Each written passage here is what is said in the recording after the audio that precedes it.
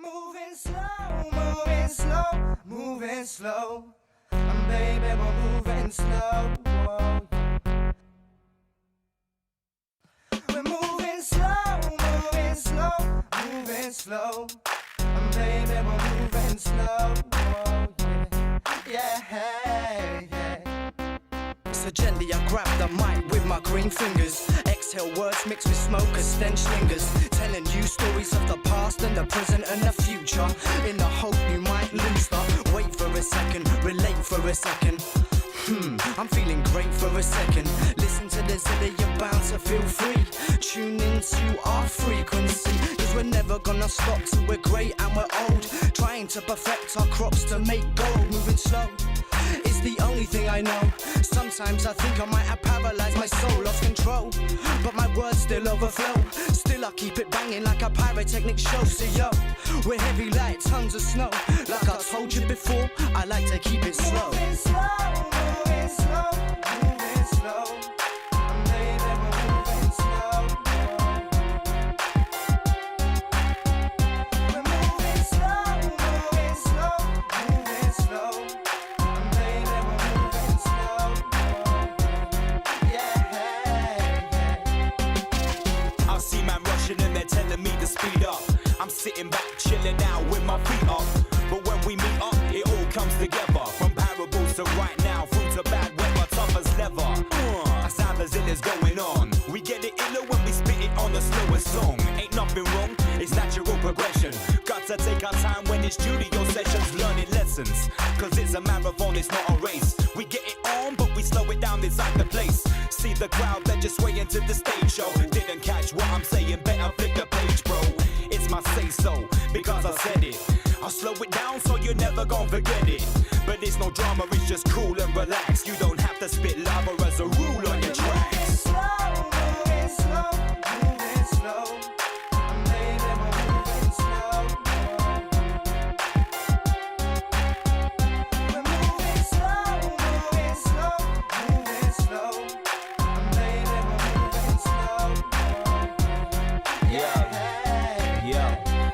As we turn the next page in this Godzilla saga, taking it slow, there's no time for drama.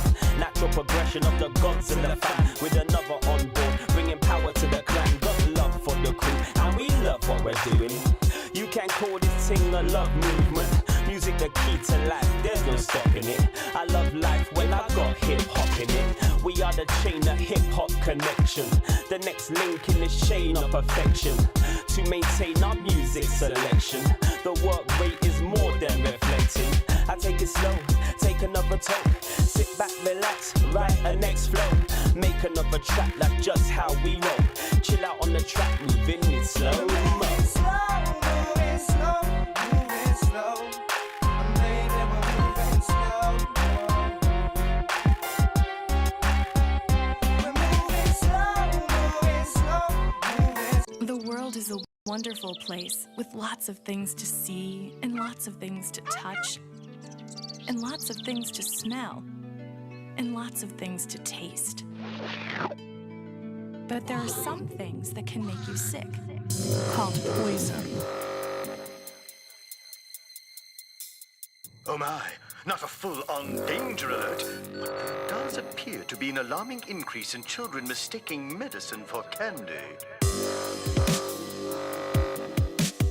Poison. Poison. Poison. Poison. Poison dart. Straight to the heart, mate. Now a sound boy won't partake. It's not a game. In no arcade, I shoot like a cupid. I'm causing them heartache. Cry me a river like your last day. I was a sinner, but that's in the past, mate. We don't talk no more. What's going on now? You never wanna parlay. Nothing ventured, nothing gained. No one mentioned, no one named. And I move on the track like a high-speed train that is never derailed by leaf nor rain. Relentless on a long campaign. Darts of fire with a pinpoint aim. My METHOD of delivery to bring you the pain. Poison darts straight to the heart, and this rhythm's gonna tear them apart. Oma Beats has mastered the craft. Take it back from the end to the start. Poison darts straight to the heart. This rhythm's gonna tear them apart. No one escapes the force of the blast. And above so below, the first shall be last. Poison. Poison. Poison. Poison.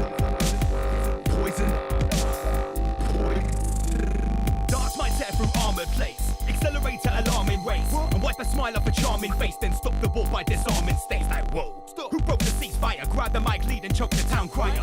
No matter what transpire, I slice through beef just like cheese wire. Rain on them with a heavy artillery. Painstaking wordplay, sick as delivery. Leaving them seeking a seizure, bulging veins, bust up capillaries, enter the bloodstream intravenously. Rhyme schemes invade you seamlessly. No vaccine, conveniently. Fatalities are occurring frequently. Poison darts straight to the heart, and this rhythm's gonna tear them apart. Oma Beats has mastered the craft. Take it back from the end to the start. Poison darts straight to the heart. This rhythm's gonna tear them apart. No one escapes the force of the blast. Not above, so below, the first shall be last. Poisonous, new forms more lethal. Evil spawn infects more people. They write the law, so it's legal. The poison dart is a nurse's needle. Shot first from a GP's pen, chosen first from the DSM. The target, women, children and men. So there's a remedy for defense. The reality gets much worse. Sick minds no less than perverse. They patent the vaccine to fatten the purse. 6 months before the outbreak's rehearsed. Think about it. Let's make things clear. Inside the mind's the final frontier. Our demise has been engineered, so seek the truth or succumb to the fear. Poison darts straight to the heart, and this rhythm's gonna tear them apart. Oma Beats has mastered the craft. Take How do I put it? It was like, what do you care about them? What do you care about those people? What difference does it make to you? Take care of your own life. Do the best you can for you and your family. What do the rest of the people mean to you? They don't mean anything to you. They're just serfs. They're just people. You know, what's the end goal? The end goal is to get everybody chipped, to control the whole society. They want a one-world government controlled by them. Everybody has an RFID chip implanted in them. And if you're like me or you, and you're protesting what they're doing, they can just turn off your chip.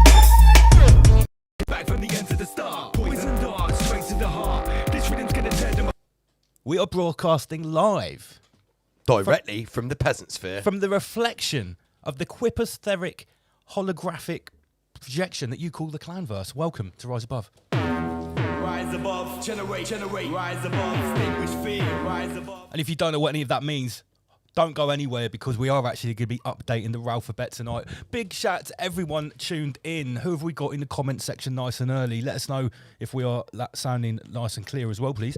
Big shout to Chris. Pillar of Pip. Haven't seen you before. Welcome to Rise Above. Pamela Swan. We've definitely seen you before. LFX Milwana. Who else have we got in the chat here? I can see we've only got 64 people tuned in. Well, we're clearly being shadow banned by Jews. Can we get this shared to other social medias immediately, please? Bolshevik Jews. Share this to all of your favourite Cubish podcast stations. Yeah, listen, let's share it out. Let's get over 100 people tuned in. I know that now the weather has turned a little bit nicer and we're getting into the summer. Not everyone wants to sit in front of a screen on a Friday evening, but for those of you who do... The weather's nice, you say, out there. Well, it has been getting better. Fucking 14 degrees, Michael. Yeah, it's not that great right now, but you know what I'm saying. Chemtrails everywhere. Yeah, that's true. But for those of you that do want to... Quite literally raining aluminium. Yes, raining down various different particulates outside.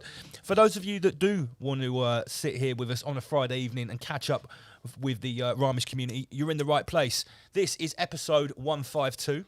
Let me just share the screen. I read a report, 33 million people in Britain are mentally ill. No, but not. Thank you very much, Andy PG. No, thank you, Piers Morgan. So, yeah, where are we? Last show, I tell you what, before we say anything about what's happening tonight, what a great laugh the last live show was. Yeah, it was. Yeah. 2 weeks ago now, so we didn't do a live last week. Sinstar Dreb was fucked. yeah, he certainly was. Good to have Sinstar back in the country. Good to let our hair down a little bit, and nice to have a bit more music back on the show. We haven't Magix was scurrying around. Yeah, Magix made it. He was scurrying around. Oh, look at that. That's a new feature. We can control the speed of the words on the bottom of the screen. Oh, nice, Have you seen that? Yeah, big shout out to Restream, constantly updating. Yeah, we had a lot of fun. I hope you guys could tell. And like I just said, it is nice to get back to our roots a little bit and to have some music in the studio. Now tonight, Now that we're all getting old. Yeah, now that we're all getting old. Tonight is episode 152. Not only are we going to have our usual Friday night shenanigans, we're also going to update the Ralphabet, which we are actually quite overdue. Are we not, PG? 2 episodes overdue. Overdue? Overdue with a D. Yes, sorry. We are overdue because we promise you every 50 episodes. Why am I showing a graphic? It should have been on 150, but you know. From last week's show. Yeah, sorry, I haven't got the graphic for this week's show on the screen. It's episode 152. It's a good job we haven't got any producer to answer to, isn't it, really? Yeah, it is. So tonight in the studio, we have none other than Tom from Wisdom of Mushrooms. Say hello, Tom. Hello. He's just for the first hour. Tom's going to be in the background. He's occupying the chair at the back. But from 9 o'clock onwards, we are going to get Tom up to the desk. We're going to have a chat, aren't we, Tom? And you're going to give us a bit of a background story to Wisdom of Mushrooms. Yeah. Yes, and then after that, you're also going to treat us to a DJ set, correct? Oh, yes. And also, I do believe this is a genre of music we have not had on Rise Above before or in the studio. No, we haven't. How would you describe what you're going to play for us tonight, Tom? What sort of genre is it? It will be the mixture. I think it's gonna go from it's tech house to techno to maybe it depends. Maybe it will be just house. Maybe it will be funky house on top of the minimal techno. I'll see where it's gonna go. It's whatever the psilocybin gods deem worthy. Yes. No, because as you remember my sets, it was pretty much everything, and that's why I was involved in so many nights. Diversity is the key. I just love the mixing. So do you know that was my original DJ name when I was like Diversity? 14? No, just diverse. Oh right, yeah, diverse. that was it. Yeah, gay, right? Yeah, pretty gay. Yeah. All right, Tom. Well, yeah, we'll definitely look forward to that. And please don't be afraid to chime in the next hour while we're discussing a few different bits and pieces. And also, we're going to be updating some of our slanguage, which we call the Ralphabet. A peasant here in the chat saying Tom's quiet. So Tom, just make sure you kiss the microphone. Yeah, mate. get the mic right. How about now? There we go. Yeah, much better. You know the score. Right, straight away, let's get to the Schwaber's board to see what kind of things we've got on, not on the agenda tonight, talking-wise, but what we need to remember. I think we should have a look at my Schwaber's board. we can have a look at your Schwaber's board if you want. Mine's not informative. It's more decorative. You guys know that on a Friday night, not only do we like to get interactive, we like to give something back to the Ramish community. On the last live show, we gave away loads of stuff. We gave away kids' T-shirts, various different garments for anyone that bought a ticket. Just giving away 100 quid's worth of lanyards down Bournemouth last weekend. Yeah, we did. We'll talk about that in a minute. Right, the deal tonight is... Tom, who's here with us, is also our merch man at 528 Create, and we've got all of the pre-printed merch that is left over from the last event, all of those new designs.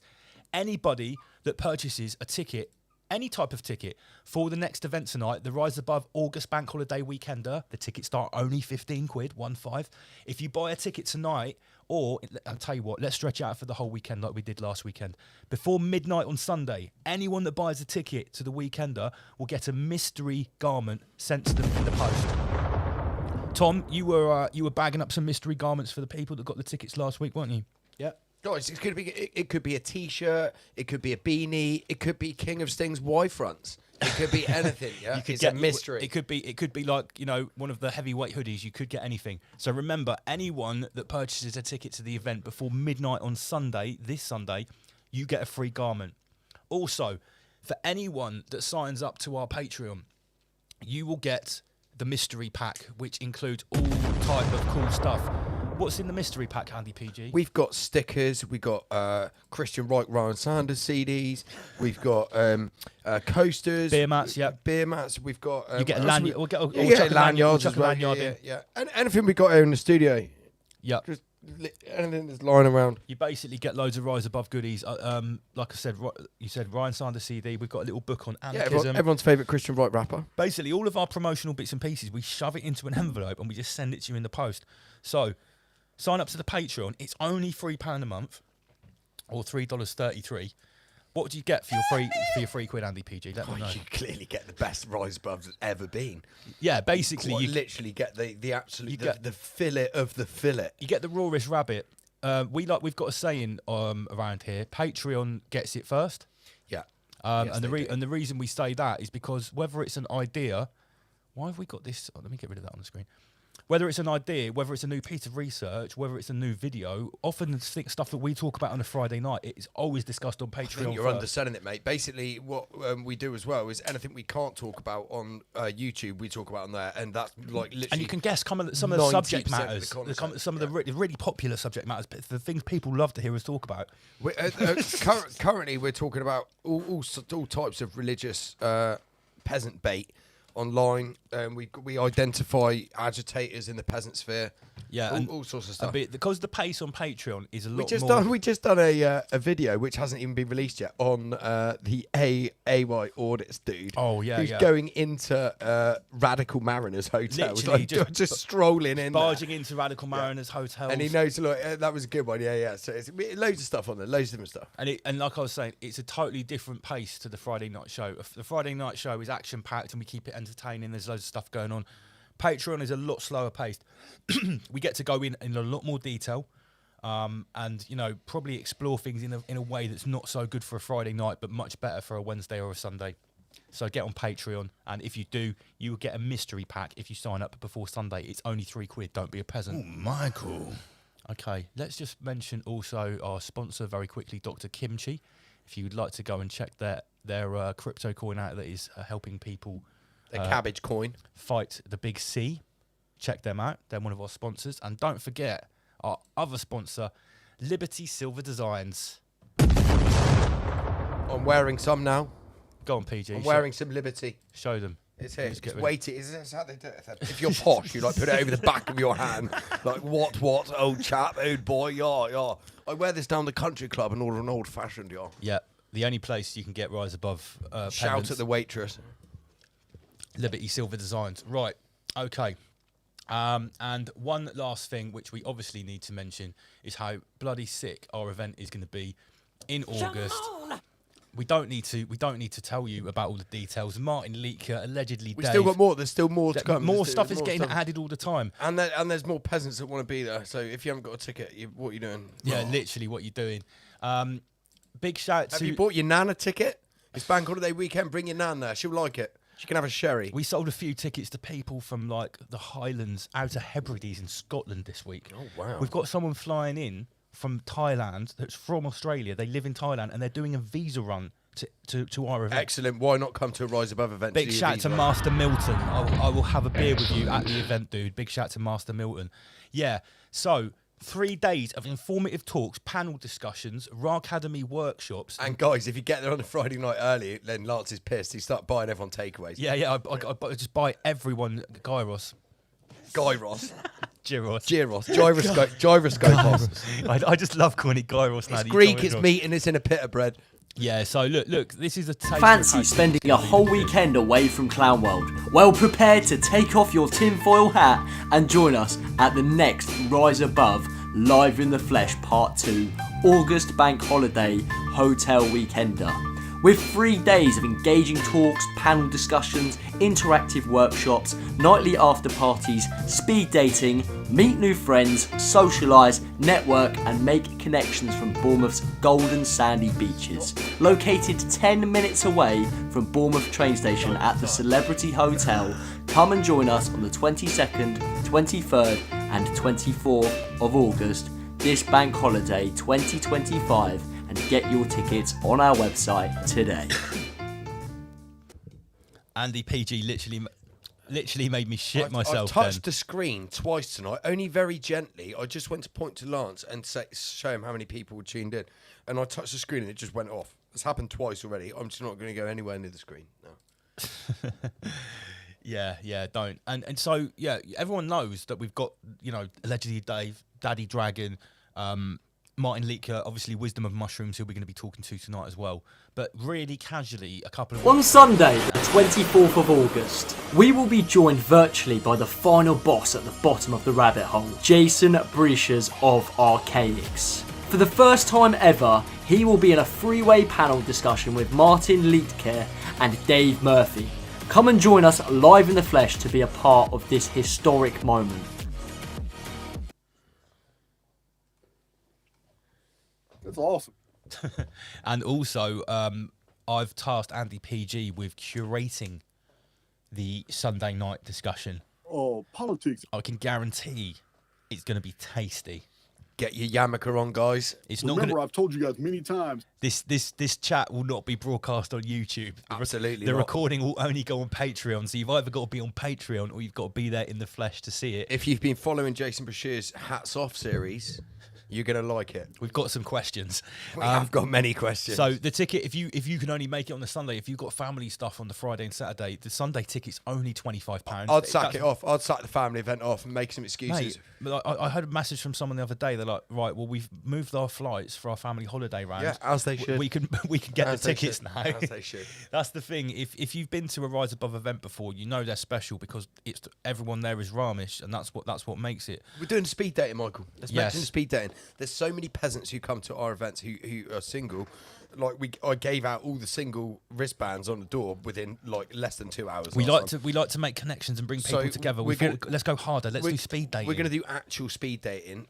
Definitely once, potentially twice, depending on how busy it is on what days. But yeah, we're definitely going to do it on the Saturday afternoon. So all you Ramesh singletons, yeah, there's no excuse anymore. Oh, everyone's Britney, everyone's an NPC. There'll be no graphene blood there. Come to a Rise Above event, and there's no chance of that. Everyone there is Ramesh, so it's the perfect place to come and meet someone. Do you know Let's what we do it. could do? We could go the other way of Go on. like the the Coviet 1984 passports, where you had to go and at some point like enter your details to prove you've had it. We should do the opposite. So if you need to prove you haven't had it, Prove that you're Ramesh. You need to present a blood sample for the speed dating to make sure we can get it. Imagine if there was like a Britney diagnostic tool you could do as people walk in. But that's the thing. Listen, if someone had been to the Britney Spears concert and they realised they'd made a mistake and they wanted to be Ramesh, I wouldn't exclude them, would you? No, of course not. Of course you, not. You never. just might not want to fuck them. Oh, politics. Well, no, seriously. Right, let's move on. Oh yeah, it's also worth mentioning that on the Sunday, not only is it like Archaics, Mark Kalika, and allegedly Dave all at the same Allegedly, time. Dave might even be there serving up glasses of his own piss. It's also going to be Ryan Sanders and Inspector Veg there on the Sunday as well. Inspector Karen. They're like doing the show together, and there's going to be a freeway back to back with me and Inspector Veg and Ryan Sanders, and I'm going to show the boys who's boss. That's the way it goes. Are you going to be dropping some anti-Semitic lyrics? Oh, absolutely. Oh, yeah. I'll drop some of my new ADL bars. I'm going to bring my Star of David. Yes, My please do. snow globe. My snow globe. Right, Star of David. okay. Let's move on because we've only got like just over half an hour before we've got to get Tom up here now, and then we've got to get through the alphabet. Watch out for the footage when me and PG hit the streets last week. Is this Baywatch? It's Baywatch. This was us down Bournemouth with the Rise Above microphone. I was on the megaphone. PG was leading the attack with the mic, and I was coming in with the sly questions after. We were actually was great, yeah, we were yeah. double teaming them very effectively. We to were, be yeah. fair. We came up with a good recipe very quickly. Yeah. So big shout out to all the members of the peasantry that got interviewed. We're waiting for the edits to come through. Big shout out to AJ at Sideswipe Media. Of course, guys, you can see the footage first on our Patreon. Subscribe for the $3.33 a month. The unedited hours and hours of interviews are going to be going straight onto Patreon, and then by the Unedited. time, The yeah, full we'll deal. put Yeah, the nice, full thing nice, on. That's nice. Patreon gets the full Nice, thing, the full nice. package, mate. Like we spent the whole. I came back sunburnt. That's the first thing. Well, we Becky were out had there said all to me. day. We were out Yeah, there all yeah, day yeah. talking to the peasants, weren't we? It was Drunk. fantastic. Drunk. Right. Right, okay. So, let's do it. What is Ramesh Patois? What is the alphabet? For those of you who maybe haven't been with us since the start, who don't know about the journey that we've been on with the show, the strikes, The simultaneous social media taking down. the deplatforming, the lost channels, etc., etc. You might just think it's funny that we have these nicknames for things, but it's actually deeper than that. It really is. The reason that we use these slang words and these jokes, they're funny. It's to shield us from Al Gore. Yes, to avert Al Gore. But it's also for other reasons too. When we describe these phenomenon and these observable things that are happening out in the peasantverse with our own language, we are reframing it. We're recatalyzing it. We're reconstituting it by describing it with our own language. Reconstitutional. Yes, reconstituting it. So every 50 episodes, we do an update. Episode 100 was pretty epic.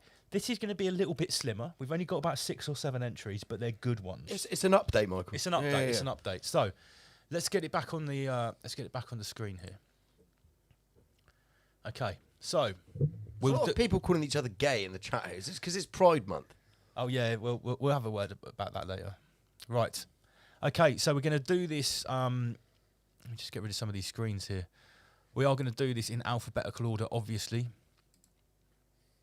Nice font there, Michael. Thank you very much. Yeah, very cubish. B is for the Black Cube organisation. Now, this is definitely an addition to our slanguage that's pretty recent, really. Slanguage. This is something that we've coined. Really, what the Black Cube organisation is. Hang on. You told me we didn't coin it. You I'm told not me. sure. I thought it was Godfatch. I thought we coined it, but you seem to think it was Wim. Wim, if you're watching, shout out to Godfatch. Check his videos out on Rumble. I've given Godfatch a year's membership to Patreon now, so we hope to see him in the comments. We're not sure who actually coined the term Black Cube organisation. I think it was a joint effort. I think it was Rise Above. Lance thinks it was Wim, but whoever it's out there. We create things together, us and Godfatch. We anyway. amalgamate the Schwab sphere. So the Black Cube organisation is basically the name for the operational. The operational group of companies and meat suits that are carrying out the dictate of the Black Cube. The great work. Yeah, they're carrying out the great work. The great work. Yeah. So you could say that the Black Cube organisation includes, the military-industrial complex, global governments, religious, secret societies, religious institutions. Yeah. Big pharma, everything big. Education. Absolutely. The Black Cube has many sides. Yeah, and I would say that this is quite fitting. The board of directors for 2025 of the Black Cube organisation. Yeah. Satan Netanyahu. He's the Middle Eastern branch. Yeah. We have Donald Trump. He's the CEO of the Western branch. And we have Enki Musk. Who we're not even sure where what he's doing really. He's the Mars branch. Yeah, he's the Mars branch. Mars bar. So, I think if you this is the first time you've tuned into Rise Above, maybe we need to explain this. If you've been watching us at all over the last weeks or months, you'll have heard us using this term a lot, the Black Cube organisation. And as you can see there, and the logo at the top, it encompasses all three of the Abrahamic religious symbols within the Black Cube. Okay? So B, Michael, is for Black Cube organisation. Is for the Black Cube organisation. Okay? Remember, we are adding to our language here, so if you're new to Rise Above, please take note. It's a level 33 update. Right. C. See, this is now takes it into more of an ideology. Yes. Or you could call it a religion, a belief system, whatever. It's more of an ideology of the people, which is being forcibly implemented upon the public without them even knowing. Now, I'm going to play a clip that's from a few months back. PG thinks it's older. I don't think it's that old. Big shout out to Juicy and Lucy. This was actually a Ralphabet clip for Cubism. And I'm going to do this. Rise above, generate, rise above, extinguish fear, rise above.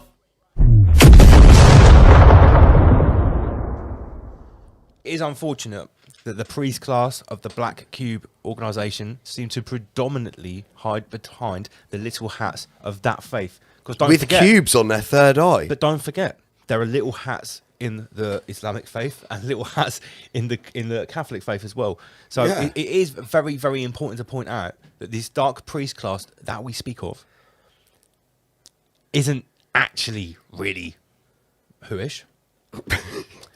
It has certainly hidden behind Judaism for a good number of centuries, and unfortunately Talmudic Judaism does have certain racial supremacist aspects in it that we can't deny.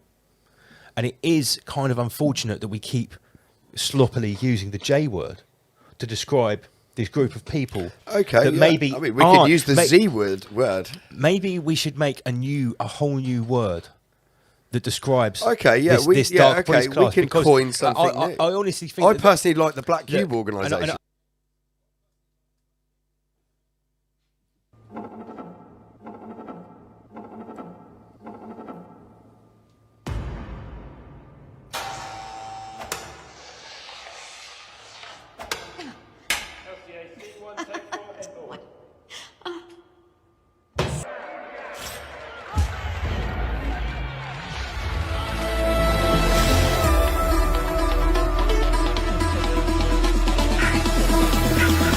Lights, camera, action, that's it.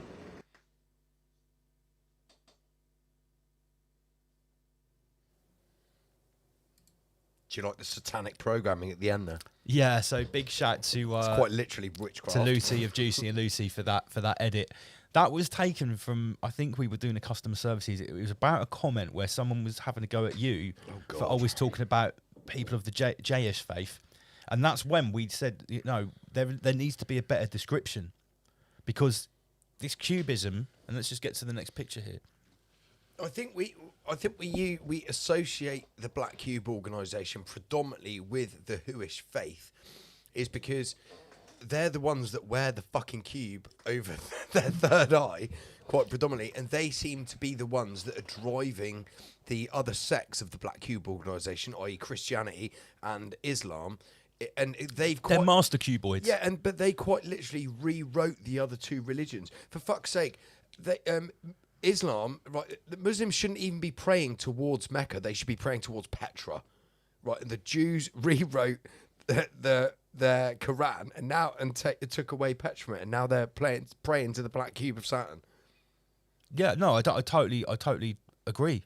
And they rewrote Christianity and wrote themselves into it.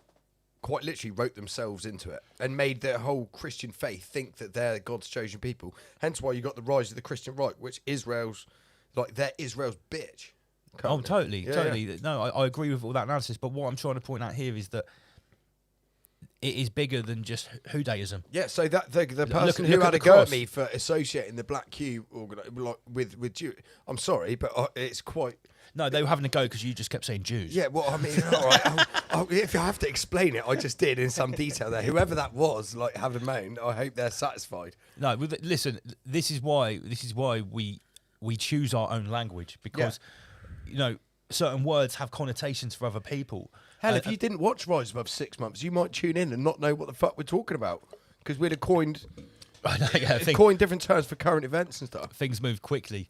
So, yeah, cubism is basically the faith which follows the black cube in all of its forms. Whether you're strapping a little tefillin to your head, whether you're walking around a literal black cube in Mecca, symbolising the rings of Saturn, or whether you're holding up a cross, which is a cube unfolded, by the way. Not a cross, an equal cross. No, that's not a cube. No. But this cross that's longer on one of its appendages, that is a cubic box outfolded. Yeah. So it's very important to point that out. That this Christian cross... that's a 2D cube. Yeah, it's a two-dimensional cube. 2D cube. So, C, Michael, is for cubism. C is for cubism. Is everyone clear so far? Just give us some feedback in the comments. Is everyone up to speed? Is everyone up to speed? Are we moving too fast? Does your nan know what's going on? Are we covering this syllabus correctly, this Ramish syllabus right here? Tom. Me. Is this making sense to you? Yes. Our notion of cubism as a uniting name for all of these type of faiths, does this make sense? Yes, it does. Okay, good. Right, let's move on. That was freaky, Tom. That was weird. Right. C is for cubism. D is for Donmeh. What is Donmeh? I hear you cry. What is the Donmeh? Okay, so I've got... Shout out to my man Sabotage Zevi. I'll tell you what it means, and then we'll talk about why it's relevant and why we're bringing it up. Could you... Yes, another please, Andy PG.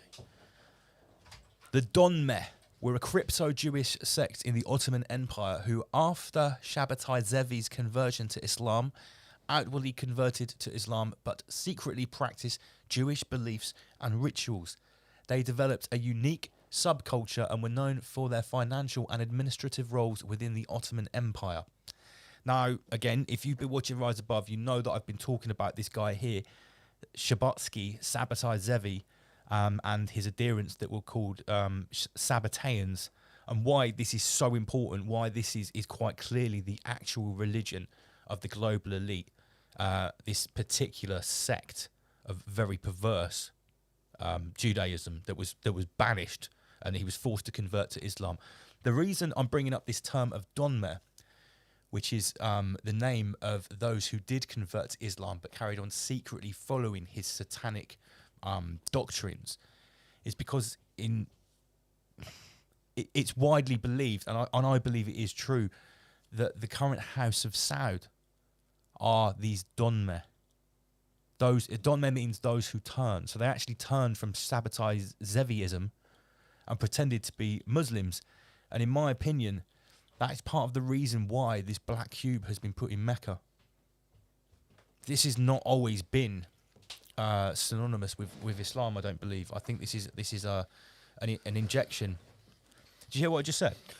No, but you're talking about the injection of Mecca. So I'm talking about the Donmeh and how this crypto-Jewish Ottoman Empire sect basically became, or one part of them became, the House of Saud. Yes. So I'm saying that the reason that this black cube has been introduced into Mecca is because of the Wahhabist black cubish House of Saud. Yeah. And like Jason has shown, they didn't always used to pray to this cube. It used Don't to forget, be Petra. guys, that all of the Abrahamic religions stem from Abraham had sons. One was Ishmael, which is who the Muslim faith follow, who Islam follows. One is Adam. It's the Christian. It's not Adam. Sorry, who's the Christian.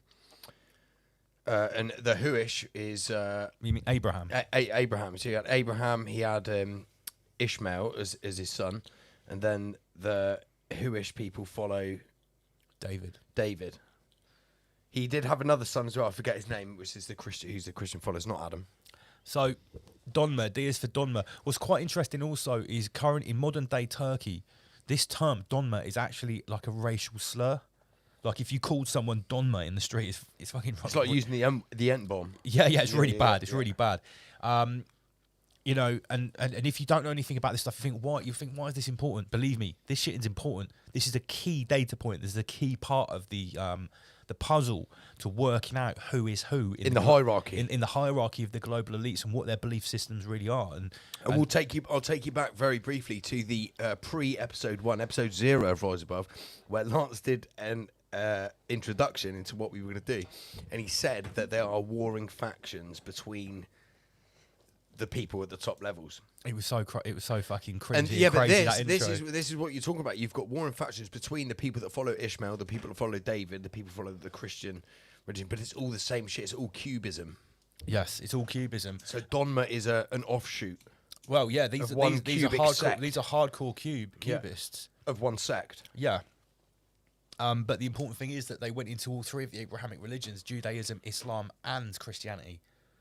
So you could argue that this Shabbatai Zeviism and these Donmeh, they didn't just become Muslims. Some stayed Jews, and some became Christians. And this is probably who's controlling the Vatican as well, right? Because the Vatican wears the Pope wears a little hat. Exactly, their little hats too. So you can see how Donmeh, Cubism, and Black Cube Organisation are all actually linked in. So that's a B, a C, and a D. We're moving on. The Ralphabet 2025. So D is for Donmeh. D is for Donmeh. Okay. Now we're skipping through a little bit now, but we're next coming up to K, and obviously this is a very poignant one that was coined back end of last year, I believe. It's clearly racist. I was chatting to Auntie Koviet when I came up with this one, and we devised a meme together. Queer Stalin. Here's the meme on the right here. This is what kicked it all off. It's clearly racist. This one went around. A lot of people were sharing this. Now, it's all good and funny because Kia rhymes with queer. You're a little punk, bitch, insecure, button-dicked little boy. And Stalin obviously rhymes with Starmer or sounds similar. And it's fitting because he is a communist. But, this is really, really sort of matured and ripened. Oh, it's wonderful. This year with the Ukrainian rent boy Inferno story that we covered last week. I think they weren't all Ukrainians, were they? One was like Lithuanian, Slovenian or something. Yeah. But it's aged well. It has aged well. It's aged well. Really, really well. It's cured lovely. Yeah, queer Stalin, and here he is on some sort of we make Camden proud. So this is some kind of gay march here. Yeah. Clearly a homosexual, which is fine. Just be honest. It's fashionable nowadays. I called that just before. Be honest. I called that before Katie Hopkins. I said right when he got in. I said this guy's a raging homosexual. He's a fake straight guy. His wife is not his wife. I doubt he fathered any children. He missed a trick. He could have been the first gay prime minister. Imagine how progressive and diverse that would be. He's just a full homo, mate. He's a secret homo, which is even worse. I've got nothing wrong with gay people, but like a secret gay. Come on. Just be honest. Right. K is for queer Stalin. Thank you, Andy PG. Okay. O. O is for Orange Meshiah. I'm hearing rumors that you're locking people up for posting memes. Thank you. It says Goy Meshiah in brackets here. Yes, absolutely. I would explain what this means. Yes. Now, again, listen, a lot of this is straight from Patreon. Listen, I'm going to stick my foot far right up your ass. In fact, this is all from Patreon, you know, and from our presentation at the last event, which was Problem, Reaction, Final Solution. We've been covering this in depth on Wednesday nights about how in cahoots Trump is with He's not only in cahoots, he's quite literally been crowned the Tauran Meshiah. Yeah, so let's go through this. Right, top right. Again, this is from Patreon and our presentation. This is from 2000. Let me get this right. I think this was actually from 2018 when Trump, or maybe it was 22. I think it was 22. It was in right. between his 2022, Trump administration was presented this silver ornament here. This is called the Torah crown. The most prestigious, the highest level gift you can get in all of Cubism. That you can give to anyone. And it's specifically only, you can read about it. We did it online, we did our research. This is only given to the Meshiah. Yeah, basically to get this, you have to be like some top level rabbi, you know, or literally the Meshiah. It was awarded to Trump. There was another story which we covered about Trump being invited to this council to sign these papers, putting like the Noahide laws into practice, and which we've also covered the Noahide laws on our Patreon. Yeah. And again, you know, Christians have been shitting themselves about these Noahide laws for years because it's like idolaters, people that worship idols. It's Talmudic, like Jesus, beheading for you. And loads of stuff like that. There's loads of types of ways you can get executed under these Noahide laws. So all of these Christian fundamentalists that love Trump, that are shitting themselves about these Noahide laws, Trump is now signing them into place. He is literally getting so close to every different sex of the priest class of the Black Hube organisation. Look at these Hooish individuals around him. Look at them all. Well, I think this bottom right, is when he actually went to meet with Chabad Lubavitch, which would be the sect, the super. Well, again, we'll the come. We'll come. Mate, this whole alphabet is basically about one thing. It is. Yeah, it's the tunneling sect. But yeah, if you remember the New York tunnelers, in the comment section, who remembers those tunnels that were dug by Cubist rabbis in? Well, you had York? a dangly haired Jew come up from the sewers. Quite literally, came out of a It was like something out of Teenage Mutant Ninja Turtle, Michael. So yeah, orange is the new Meshiah. An epic meme from Baz here. What is a Meshiah? So a Meshiah is the Jewish word for Messiah. Now, through our research, and we did a lot, what we presented at the last event was that basically you can type in Trump is the Messiah to Google and you can get multiple different hits for books that people have written about this, for rabbis that have written these testimonies of why they call him the Goy Messiah. Yes. Which we'll come on to in a moment. But this is a real phenomenon of, in Judaism, Trump being hailed as the Messiah. I would argue it's in Orthodox Judaism. Yeah, like highly Hasidic. Not left wing Hollywood Ashkenazi Judaism. No. He's the Shaitan. If you're one of those people. Yeah, so it's very, very interesting. Even the title of King of Israel has been... I'm not joking. I know. I'm not joking. People, you're making this up. I'm not making this up. You can look this up. And there are actual articles. We've covered this extensively. Like in Haaretz, Israel Times, people are talking about him. So this is why O is for Orange Meshiah. Now, again, this goes on to Arthur Rebbe as well, which is coming up. We remember the clip. This is going to get taken down, mate. Actually, no, it's not. It's trendy. It's trendy. We're allowed to do this. This now. is actually like really cutting-edge, trendy content nowadays. But no, I didn't mean to make this whole alphabet about one subject. But the fact is, in the last few months... AIX works in mysterious ways. AIX works in mysterious ways. Yeah, so orange is the new Meshiah. Why do I write Goy Meshiah here? Because what the rabbis are actually saying, and believe it or not, I watch hours of these fundamentalist rabbis from different sects of the Black Hube priest Some people class. like to unwind by playing Call of Duty, maybe take their dog for a walk down the beach. Lance likes to research racial supremacist rabbis, and basically they are calling Trump the Goy Meshiah, which means he is the Meshiah for the Goyim, for the non-Cubists, for the rest of the cattle. He is not the actual Meshiah. Because the actual Meshiah hasn't arrived because the Goy Meshiah has to do his work first. Absolutely. And you can just imagine what the job of the Goy Meshiah is. He's like the secretary to the actual Meshiah. Yeah. The Goy Meshiah is like the secretary. It's sort of like you have the Pope, you have the white Pope, which is for peasants. And then Yes, you have yeah, the yeah, grey yeah, Pope yeah, and yeah. the black Pope. Yeah. Shout out to Orsini. Yeah, so yeah, look this up. It's a very interesting subject. Trump being the Goy Meshiah, basically to lead all the Goyim to the slaughter and to the building of the third temple to fulfill the ancient black cube prophecy. It would be funny if it wasn't true, actually. Let me tell you, unbelievable. Right, orange is for O is for Orange Meshiah. Let's have a look at some comments, actually. Let's have a look. What's everyone saying? Goyim lower than cattle. Oh, right, okay, so it's worse than cattle. Cheers, Brett. Yeah, we're all Goyim. The Templars are going to take Jerusalem back too. The Jesuits said the Jews are their cover. Kelly, I tell you what, we're actually totally down with this. Yes. With this analysis, and I've been looking into this a lot because we talked about the papal bloodlines of the black nobility years ago in this show, the Orsinis, the Breakspears, the Aldor-Brandini families. People have never heard of these families. The Saxe-Coburg. These are the families that own the company. They have the shares in the company that owns the land the Vatican is on.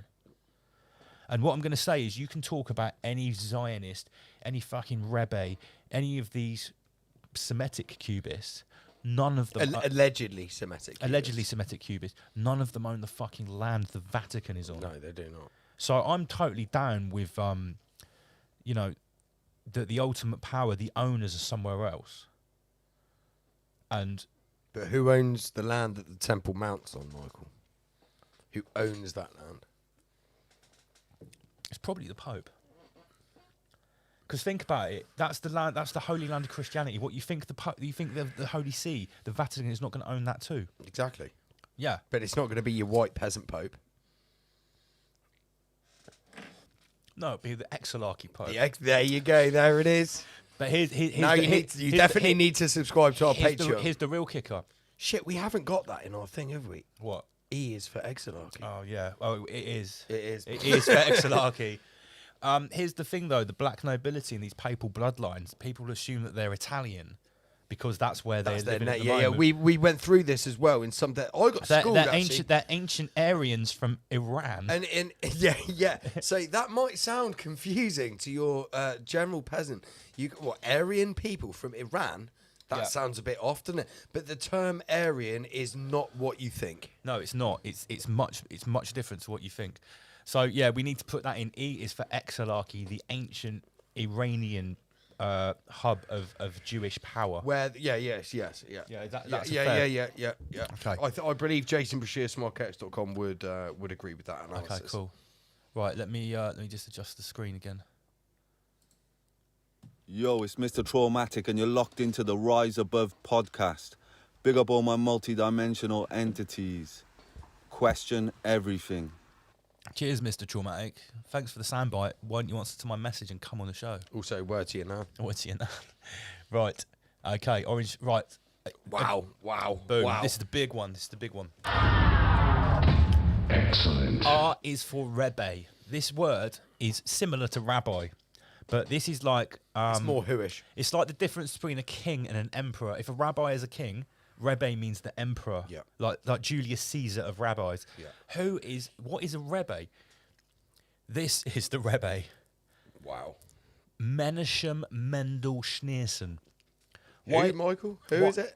Menachem Mendel Schneerson. Why is this guy so important? Sometimes pronounced Menachai. It's Menachai Mendel Schneerson, the Bergstein. Right, so this guy he's like the patron saint of Chabad Leibovitch, which is this super extreme Cubist sect that dug all the tunnels in New York that are really cozying up to Donald Trump, the Orange Meshiah. This guy's dead, by the way. He never even spoke English. He died in 1996. Yeah, he never even spoke English. But he was regarded as the Meshiah when he was alive by this sect. He always, just to be clear, he said, I am not the Messiah. But everyone thought, all the ultra Orthodox Jewishness, they thought he was the Messiah.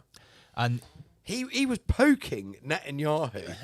Satan and He was Netanyahu. poking him on camera, saying, "What are you going to do to hasten the coming of the Messiah? Bring the Meshiah Do more satanic death on the world to hasten the Meshiah." Yeah, these guys' followers, this group is still super powerful, and they are they have the most extreme racial cubist views, supremacy views, basically. But as well, as a side note, just by looking at this dude, don't think that these guys don't hold a lot of power. They've got a lot of swish people who don't wear cubes on their fucking third eye, who got they control New York. Yeah, exactly. Yeah, don't think just by the look of this dude, people don't look normal who follow him and do their work. Donald Trump was recently going to this guy's grave and writing letters and burning them. He went there with Rabbi Schmoolley. Oh my God! Which we'll get to in a minute. He wrote a prayer, lit it, threw it into the thing, and there's literally hundreds, possibly thousands of prayers that have been thrown into this thing, and it was going to be his 120. It would have been his 123rd birthday this year, during the season of sacrifice. Just 1, 2, 3, 1, 2, 3, which is 33 if you add the 1 and the 2. Big shout to Pamela Swan. Yes, get your tickets to the Rise Above event weekender if you want to hear us talk about these subjects with allegedly Dave, Martin Leaker, and Jason Brashears. And Jason Brashears, most importantly. Yes, you need to get your tickets. Hats off, guys. Hats off. So the Rebbe, R is for Rebbe, Mendel Schneerson, Malachi Mendel Schneerson, the leader, the patron saint of Lubavitch. R is also for Reset Scribe. Reset Scribe is literally a term that pops out of something. I can't remember what we were doing, what we were recording, and we were talking about like people that that rewrite history. Basically. Yeah, that lie and rewrite history. Yeah. And we talk about what's going on now. We were talking about the past, and I was like, yeah, that's like a reset scribe. This is what I was saying earlier. The Bible was rewritten by the reset scribes. Yeah. The Quran, cubist historians. The Quran was rewritten by reset scribes. Yep, absolutely. So R is for reset scribe. This is basically a nickname for a Jewish historian who lies to you. Yeah, who writes. Well, let's be honest, they all fucking lie. Yes, they lie to the goy. It's actually in their religion to lie to the goy. You're actually told to do it. So this is a picture, I think, of the most famous Jewish historian. He's called Josephus Flavius, I think. Josephus. Yeah. I don't know whether Syphilis. Josephus. Flavius, yeah. It's quite literally an STD. Reset scribe, Jewish historian. Okay, right, let's move on. Oh my God, here we go. I've just clocked. Wait a second. We need to actually upload the video for this. Oh God. Deal the Rebbe. There it is. I wish. No. Careful right. now, careful. S is for Schmoolley. Now again, you need to have been watching Patreon to know who this person is. We are talking about someone called Rabbi Schmoolley, who is called, what does he call himself? America's Rabbi. He calls himself America's Rabbi, yeah, self-proclaimed. So what are we talking about? Just some random celebrity rabbi? Let me just show you some pictures of this guy. He's way more than that. Look at my Schmoolley smorgasbord. I'm convinced this guy is actually a fake character who goes out in the world with one task of creating as much anti-Semitism. Yeah. We've talked about this a lot. Yeah. He's the most antagonistic. He's quite. I said he's quite literally here to make people hate Jews and subsequently Israelis. Yeah, he's that's his sole job. He's a hardcore Zionist. He goes around doing lectures and talks. He's written a few books on anti-Semiticism. And the more anti-Semitic stuff that goes on in the world, he makes more money from it. He flies around, talks. He's hideous. He's about 5 foot. He's 5'1", I think. Yeah, we've speculated that it's actually a mask. Yeah, he looks like a Bo Selector mask. Yeah, he looks like literally the old anti-Semitic cartoon So here on the right, let's just describe here on the right what he's doing. He's at it was a Cubist national holiday, and this was a direct poke at Candace Owens. And he put on this money T-shirt that he's got some blood on it. He's got a really long witch's nose on. He's got filth written on his forehead. He's drinking his blood in the red thing. That's what he said. It's a blood. It's a blood libel. Yeah, and basically what he goes around doing, we've showcased this on our Patreon many times. He goes around quite literally and attracts anti-Semites. He's like a fucking magnet, right? And he just shouts anti-Semite. He gets people to call the police for him. He literally can argue with an inanimate object. And get everyone to think accuse it's a fucking lamppost. He could walk past the lamppost and accuse the lamppost of being anti-Semitic towards him. He's a far. I'm not even going to call him left or right. He's like his own political stance. He's just a full extremist at every possible. He's far left and far right. At the same time. Yeah, but it's so extreme. He's just an extremist. All of it's so extreme. Because he's far left. Because here, bottom left, this is a picture of his daughter.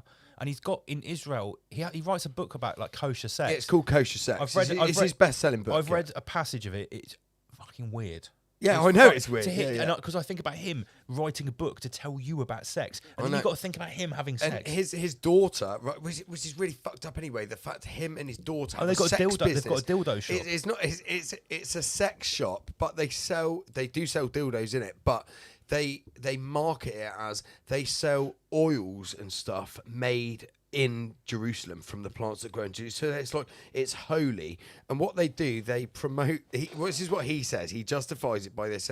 They promote sacred products from the Holy Land for married couples to keep things spicy in the bedroom. That's what he promotes it as. But he's just a fucking dildo salesman. He's another dildo salesman. I've got to give a big shout to Ross Kieran for this meme. He loves the Rabbi Schmoolley meme. Big shout to anyone who knows this one in the middle here, what film this is from. Comment section, tell me what film this little character here is from that Russ Kieran has schwabbed Rabbi Schmooley's face into it. Because this is legendary. This is the character I first thought of when I first saw Rabbi Schmoolley. Comment section, do you know what film it is? I'll give you a couple of seconds. People are like putting like puke emojis. Well, wouldn't you? In the comment section. I introduced a video of Rabbi. Hi everybody, Purim is a day of celebration. We feel bad for Candace Owens that she lost her job. So I figure with her image of what Jews are supposed to look like, why not at least validate her? I am dressed up as a Candace Owens Jew. Now this is not a Christian child, this Jewish child. But if it would be, I got my Christian blood. Spicy, delicious. I got my Jewish nose. I have filth, because Jews are all filth. And more than anything else, what does 80 have?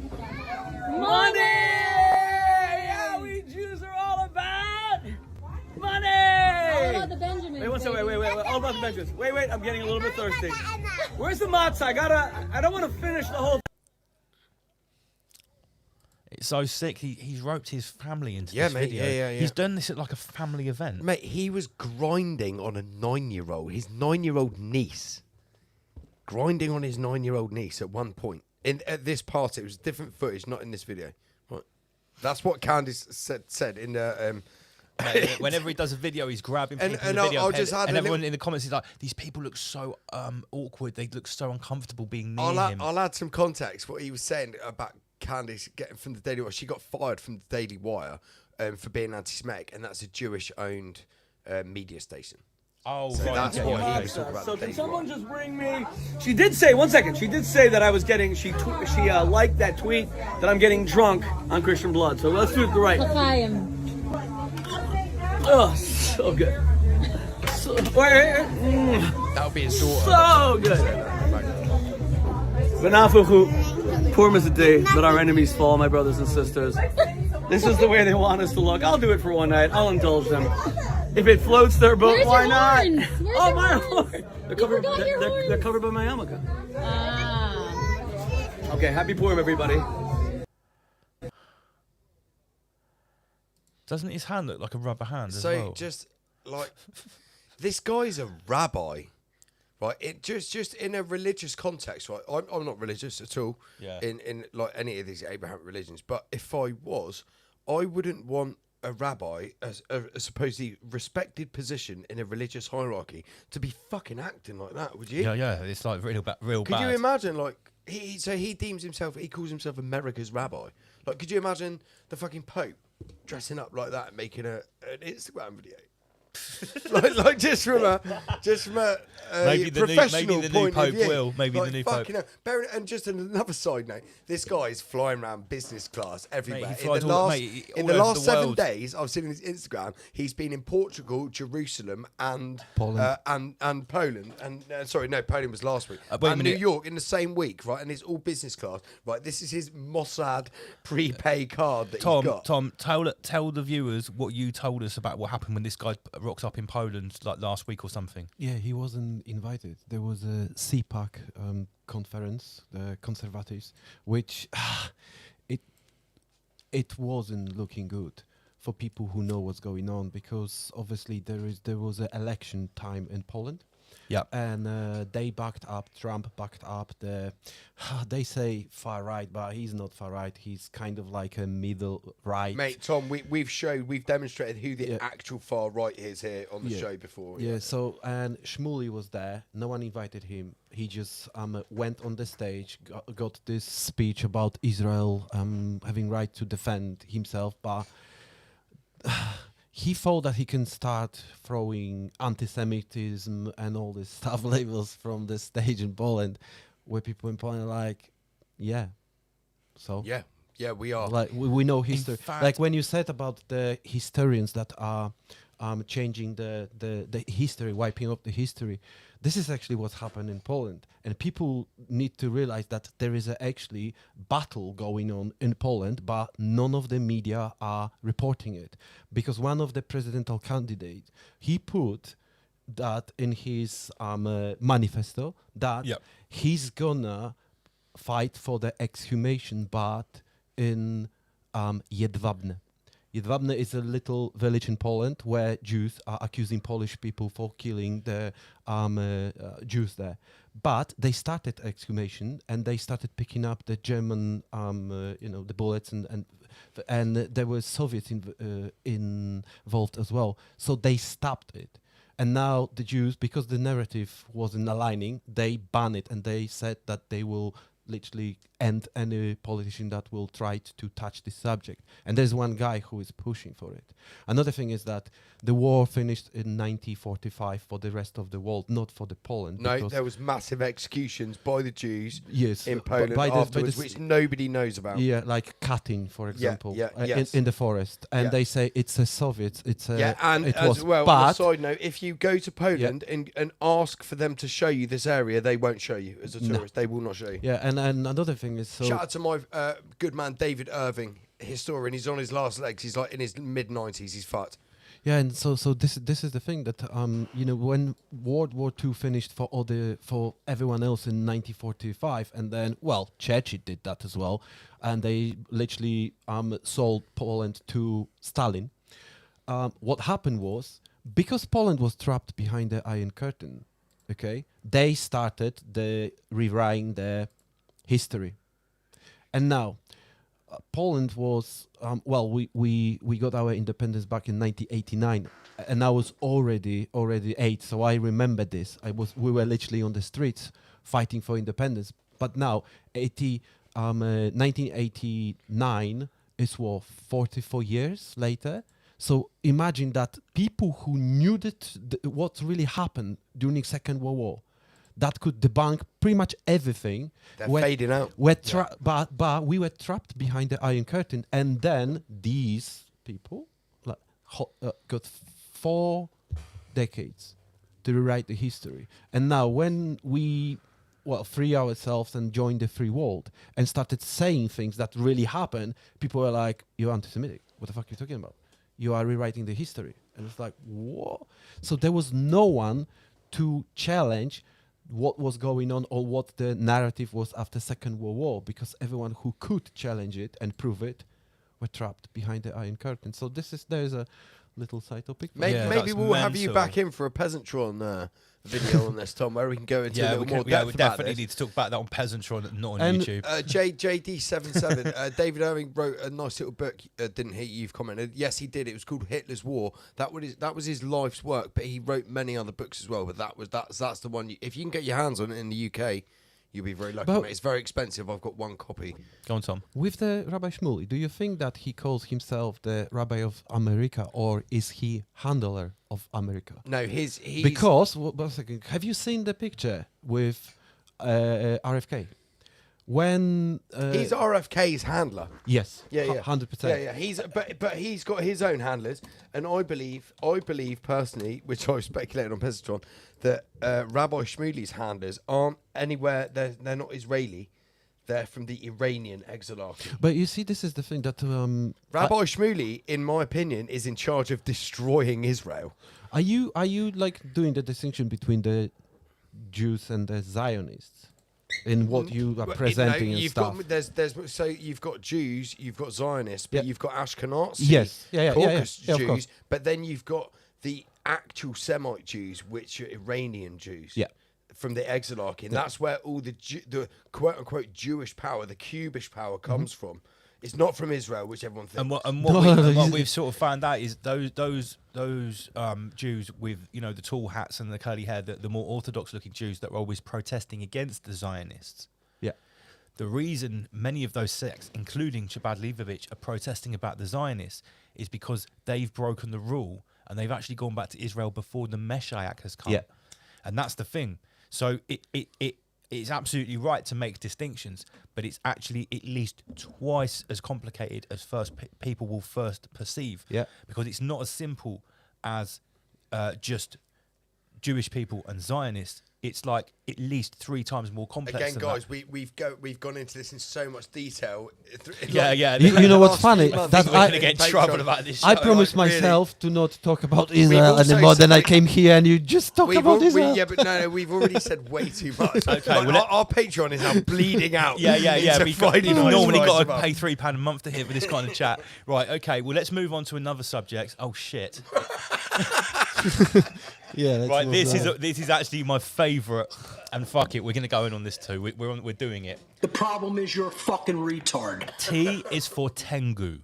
What is a Tangu? This came to our attention very recently. This was actually Becky S. Oh, right. Brought this to the table. No, don't spoil anything. I'm going to take people No, through this step by step, you including the we video need to from Japanese we need to TV. give Becky S the credit for this. She brought this to the table. Tengu, pronounced Tengu, Japanese pronounced Tengu, heavenly dog, are a type of legendary creature found in Shinto belief. They're believed to be a type of yokai, supernatural beings, or a Shinto kami, gods or spirits, originally thought to take the form of birds of prey or a monkey deity, traditionally depicted with human, monkey, and avian characteristics. Sakatahima Okami is considered the original model of Konoha Tengu, a supernatural creature with a red face and long nose, which today is widely considered as the Tengu's defining characteristic in the popular imagination. Buddhism long held the Tengu were disruptive demons and harbingers of war. Their image gradually softened, however, into one of protective, if still dangerous, spirits of the mountains. Okay, so that is a lot to digest there. That's a lot to digest. The word Tengu means this on Wikipedia. I'm going to show you what a picture of a Tengu looks like. Funny enough, someone has juxtaposed a picture of the Rebbe next to a Tengu. I'm now going to play a short video from Japanese TV. したかのように描かれている。想像というんじゃなくて実際に、何がしかのモデルがあってああいう絵が描かれたんだと思いますけどもね。モデルがやっぱりあった。なんと天狗にはモデルがいた。そして曼荼羅の天狗はあのユダヤの面と瓜二つ。天狗、その正体はやはり古代イスラエル人なのか。さらに我々にもたらされた驚くべき情報が。天狗が頭にこうつけている黒い小さな箱がありますね。鍍金というものですけども、実はユダヤにも同じようなものがあります。なんと天狗の都金がユダヤにも存在する。それは本当なのか。我々は東日本唯一のユダヤ教団を訪ねた。すると、こんにちは。こんにちは。Nice to meet you. Nice to This guy looks like the main Look at his Tangu. fucking nose, look at that shit. 迎えてくれたのは代表のヘンリー・ノア氏。早速天狗の像を見てもらった。 This little bot. 興味を示したのはやはり都金。 We have something similar. 似てる。やはり似たものがあるという。それを身につけた彼の姿を見て我々は目を疑った。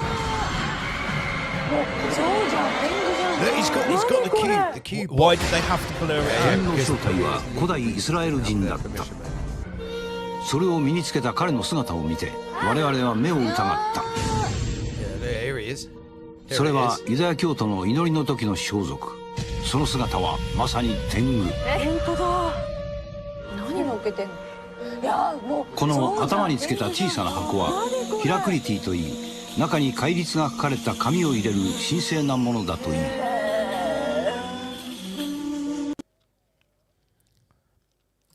Look at the name of the telegram station this video is from.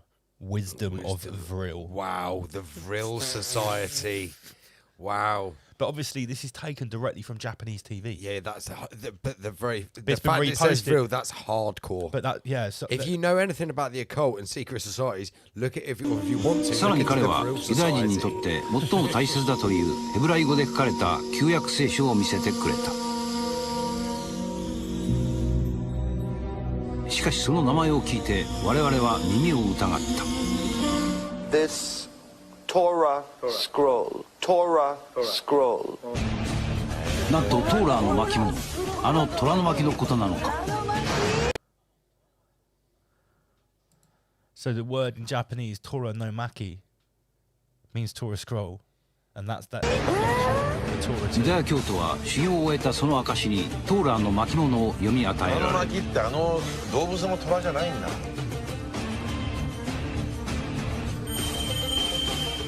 天狗の持つ虎の巻も修行の後に渡 Pause it.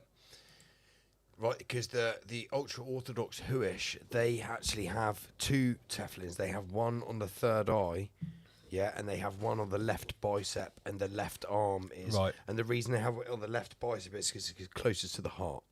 Okay. So this dude's just coincidentally holding a scroll in his left hand. Right. That's the data point. Yeah, for sure. Yeah, left bicep, it's still on the left. Yeah, there's customs of Yeah, and the striking whole similar. point, what's in the tefillin, if you don't know, it's allegedly passages, written passages from the Torah. I'd argue it's from the fucking Talmud, but they される特別なもの。牛若丸が鞍馬の天狗から授かったと言われるあれである。一体なぜやはり天狗は古代イスラエル人なのか。登場しました。江戸時代に描かれたという天狗曼荼羅図をスタジオにお持ちいたしました。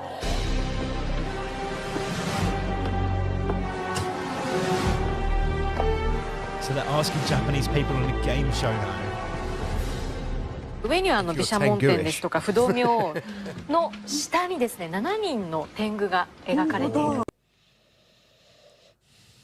So it's very important on this scroll. The top ones are Buddhist gods. Below them are 7 Tangu. みんなつけてる。下にいるのが天狗、鼻が高い。人の顔みたいな感じでリアルですよね、割と。人の顔だよ、完全に。しかもそう外国人の顔ですね。見たことなければ本当に天狗とか違うものと。これ人間って誇張することがあるじゃない。だから天狗のお面なんてわざと誇張してギューッと大きくね。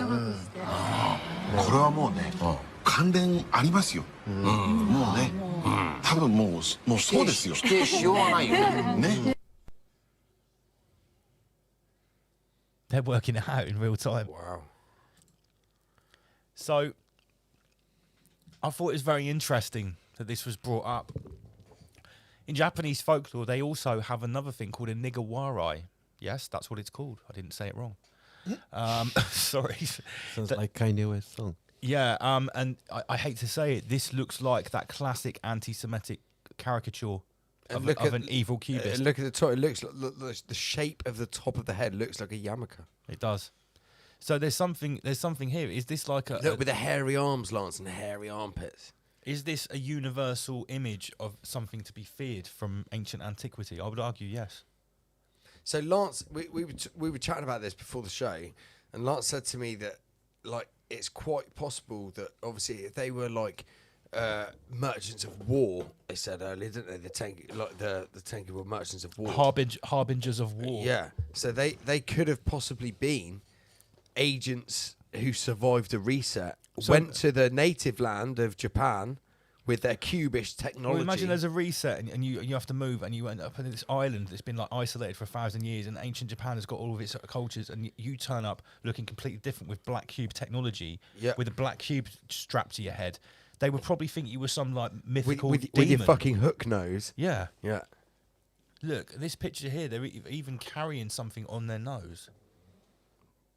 Wow. Yeah. Wow.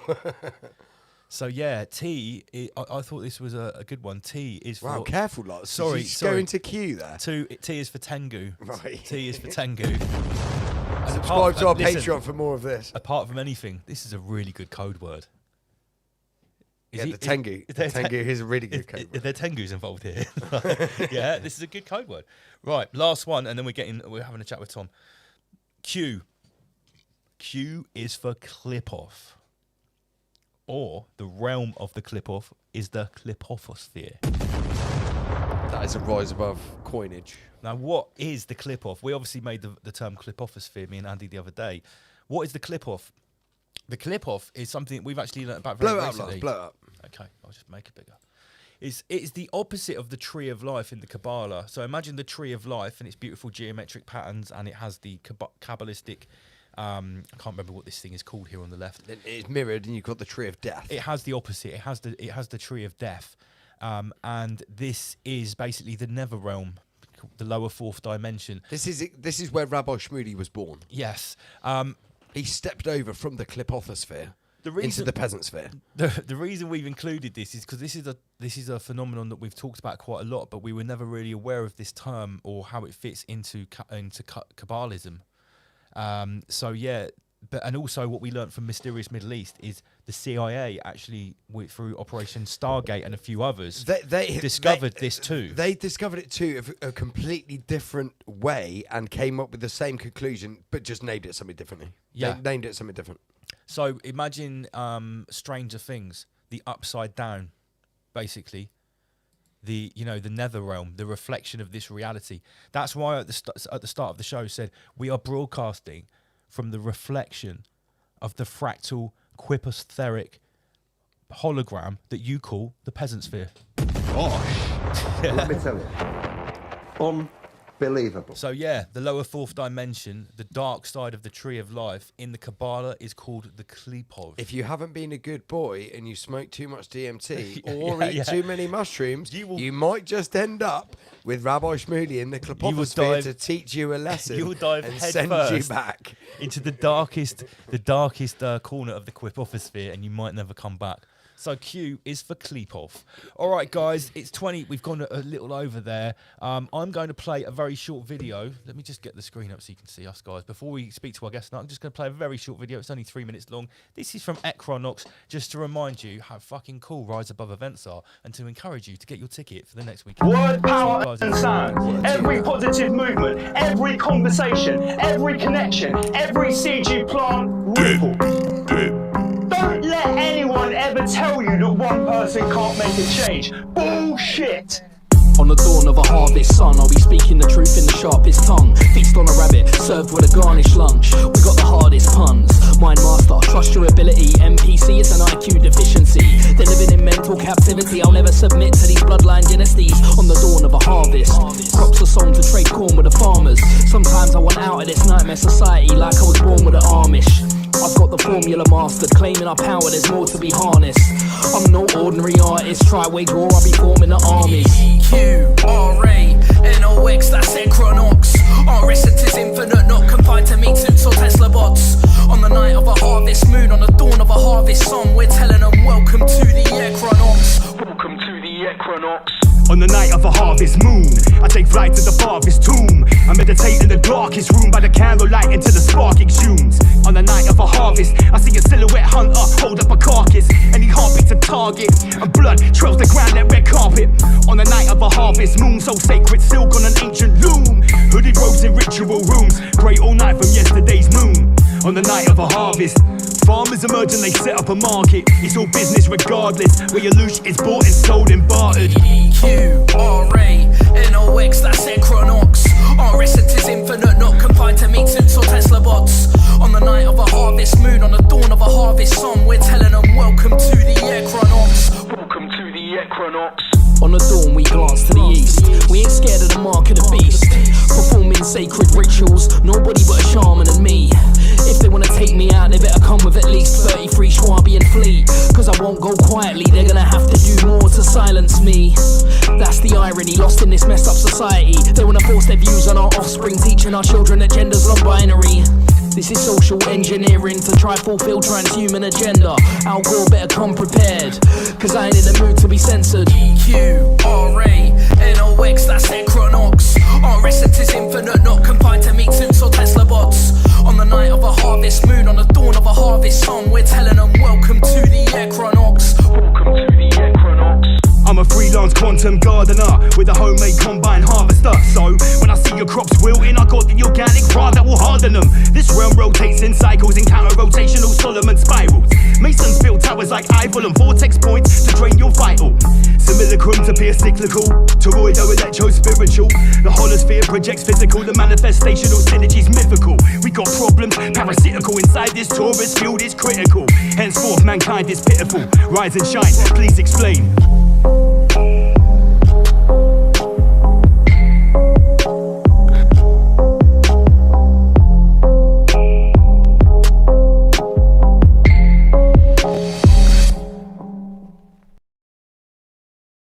Come and experience a world-class lineup of guest speakers at the next Rise Above Live in the Flesh August Bank Holiday Hotel Weekender, featuring Martin Liedtke, Wisdom of Mushrooms, Graham Moore, Richard Ryder, Toroidal Dynamics, Inspector Veg, Marcus Payne, Ryan Sanders, Tom W's, and allegedly Dave Murphy. You won't want to miss out on these speakers exposing the peasantry that is Clown World. Exclusively at our Rise Above Live in the Flesh Part 2 Bank Holiday Hotel Weekender on the 22nd, 23rd and 24th of August. Don't be a peasant and get your tickets on our website today.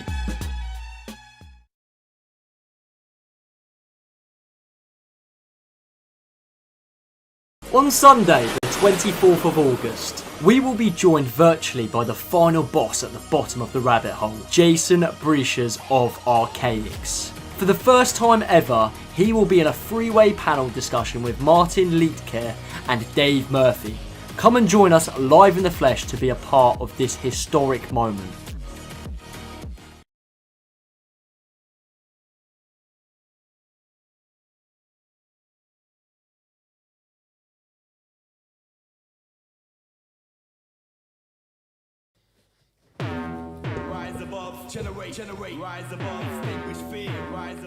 Yes, we're back.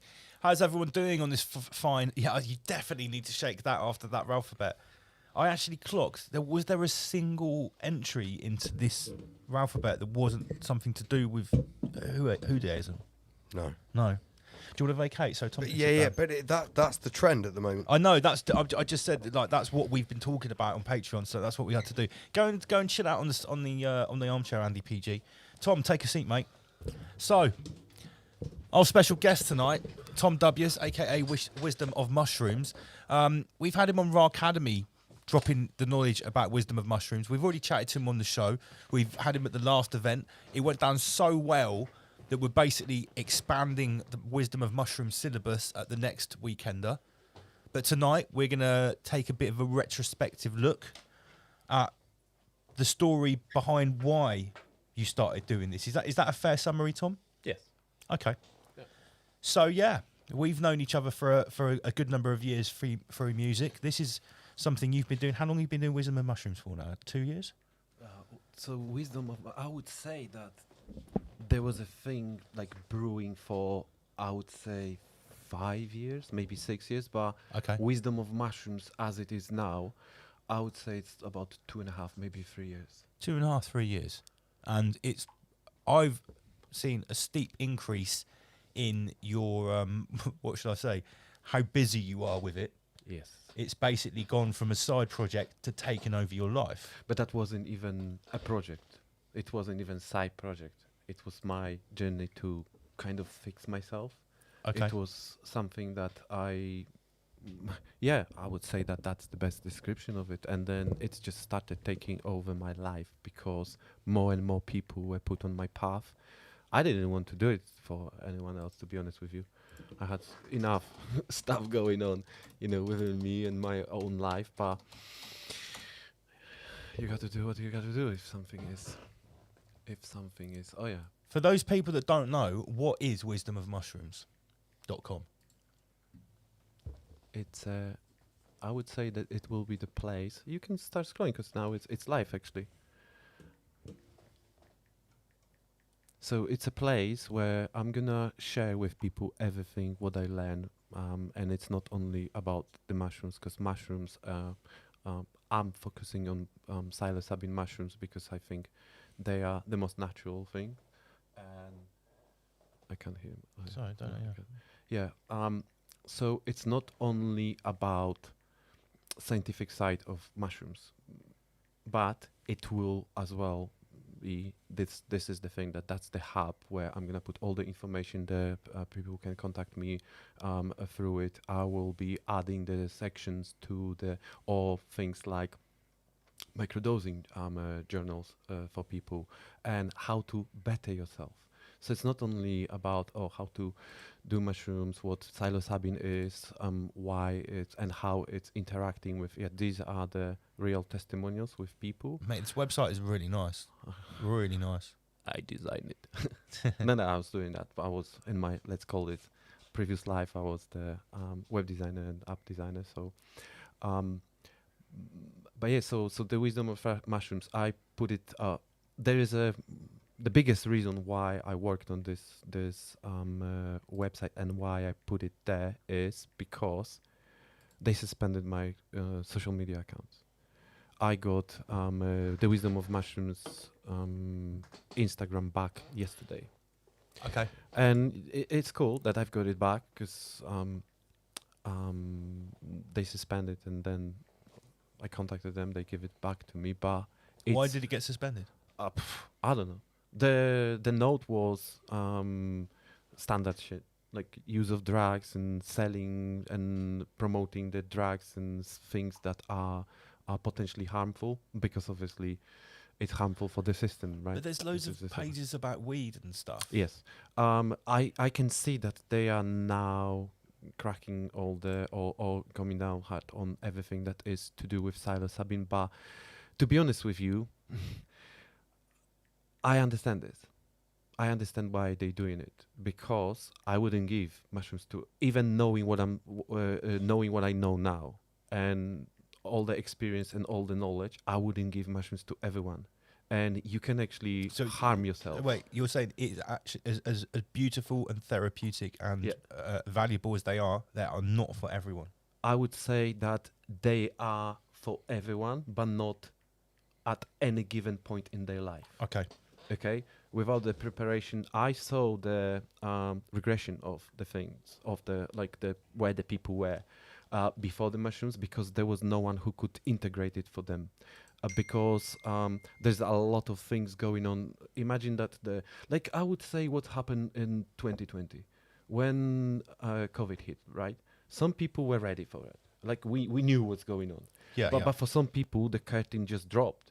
And the whole worldview, everything what they knew, they thought they know about their life themselves, and everything it was one big collective identity crisis. That's sort of why we started doing this, is to give people something to anchor themselves with. Yeah, and imagine now. In a turmoil, in a time of complete confusion. And imagine that now, because, well, going from the beginning, actually, because I would say that the most fundamental question is, have you ever asked yourself, who are you? And I'm talking to people in chat because I know that you did, like, probably spoke with the MTTs about that and stuff. But who are you and what shape you as you are now? Okay, because people get, they've got some level of self-awareness. Some of them are still going on an autopilot, right? What you do, you're trying to explain reality to people, or at least this realm to people. But I always ask people, or I ask myself at some point, who am I? What shaped me? Why my life looked like it did? Like, if you look around yourself, everything what is happening around you is some kind of interaction with the reality around you. So there are choices that you make, but why are you making these choices? What pulls the strings behind the curtains, right? And I was going on an autopilot through life, and I was beautifully masking all the pain, all the stuff that was the emptiness, you know. And I would say in my prime time of DJing, people came to me and say, "Fuck, you're on top of the world, you know, running 7 different nights, flying internationally, DJing on festivals, big clubs, like Minister of Sounds and all this stuff." And it was amazing on the outside. And then I was coming back home feeling empty. The big hole in my soul. I couldn't, for example, form any healthy relationship, especially romantic relationship. I had very short fuses, you know, from calm to rage. It was seconds. And I thought it's normal. It wasn't. But then I started looking at what shaped me. Because they say that you are your worst enemy. Right? If you want to change something, if you are in shit situation, if you sitting in a dark place and you don't want to carry on, you don't know what to do with life and stuff, right? And then, you self-sabotaging yourself. You are your worst enemy, right? Yeah. No, you are not. You are not. No, but that's the position that many people do find themselves in. But that's the thing this is the thing that your current self is your worst enemy, or your current self is the worst enemy of your true self. And what is your current self? Your current self is just the sum of the stuff that happened to you, internalized voices of other people, usually parents. Because look, as adults, we got a choice, right? We can choose what we listen, what we believe, what we watch, what we consume, right? But there was a time in life when we didn't have this choice. Sure. We were dependent on the people who we trusted. But what if these people didn't know how to live the fucking life, which is usually the case? Okay? Yeah, unfortunately. Because when the system is designed the way it is designed and is promoting what it's promoting, but traumatizing other people, and then traumatize people, attracting traumatized people, then creating traumatized relationships because they think that it's love, where it's just a trauma bond, really. And then they've got a child. What this child would get from people, and they are not bad people, they're just broken people, because no one showed them the tools. And this is the thing that I realized in myself. I was like, fuck, something doesn't work in here, you know. And I used to thought that when you had to be strong, because I'm sharing a little bit of story, people already heard that I'm from Poland, so I know what was going on a little bit more as well, because I was literally born in communist Poland. 1981, it was still communist Poland. 1989 is when we kicked out the communism. So I saw that happening, and now the generation. Imagine that you have to change one habit. You're realizing something, and you have to change just one habit.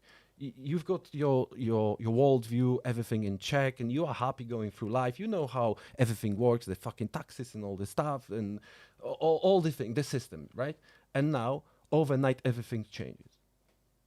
Because from communism, you go into capitalism, which is not capitalism, because someone who knows what about to happen coming from another country, giving you blueprint to life, and people are happy that they're gonna have a flashy things, but they are already colony. It's already been hijacked. Exactly. Yeah. So then, if you try to change one thing about everything, what you know changes, what you do?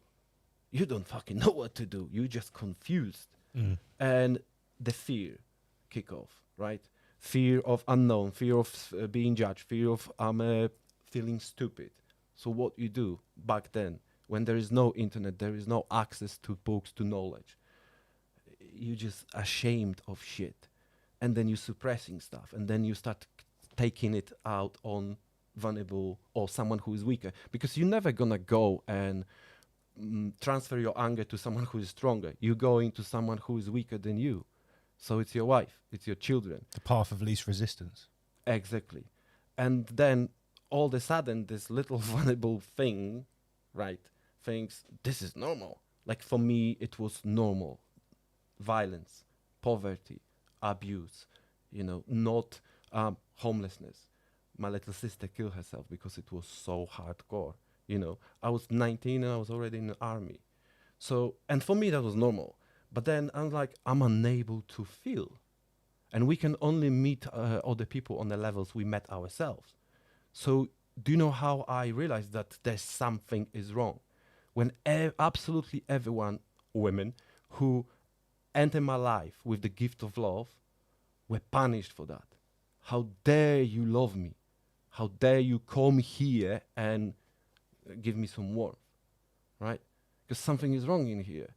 Because if you go and if you're, as a child, you had to earn the love, so why this person is trying to come here with this unconditional love? What the fuck is wrong with her? So like an alien concept. I need to punish her. I need to sabotage this.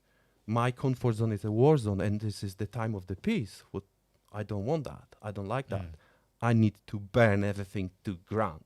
Or I need to reject and push away absolutely everyone, because if not, they're gonna do it to me. And those are the things that you are, what shaped us, okay? To the certain, because if you go unaware through life, then, look, you build your life based on whether you want it or not, wounds and traumas, always, unless you overcome them.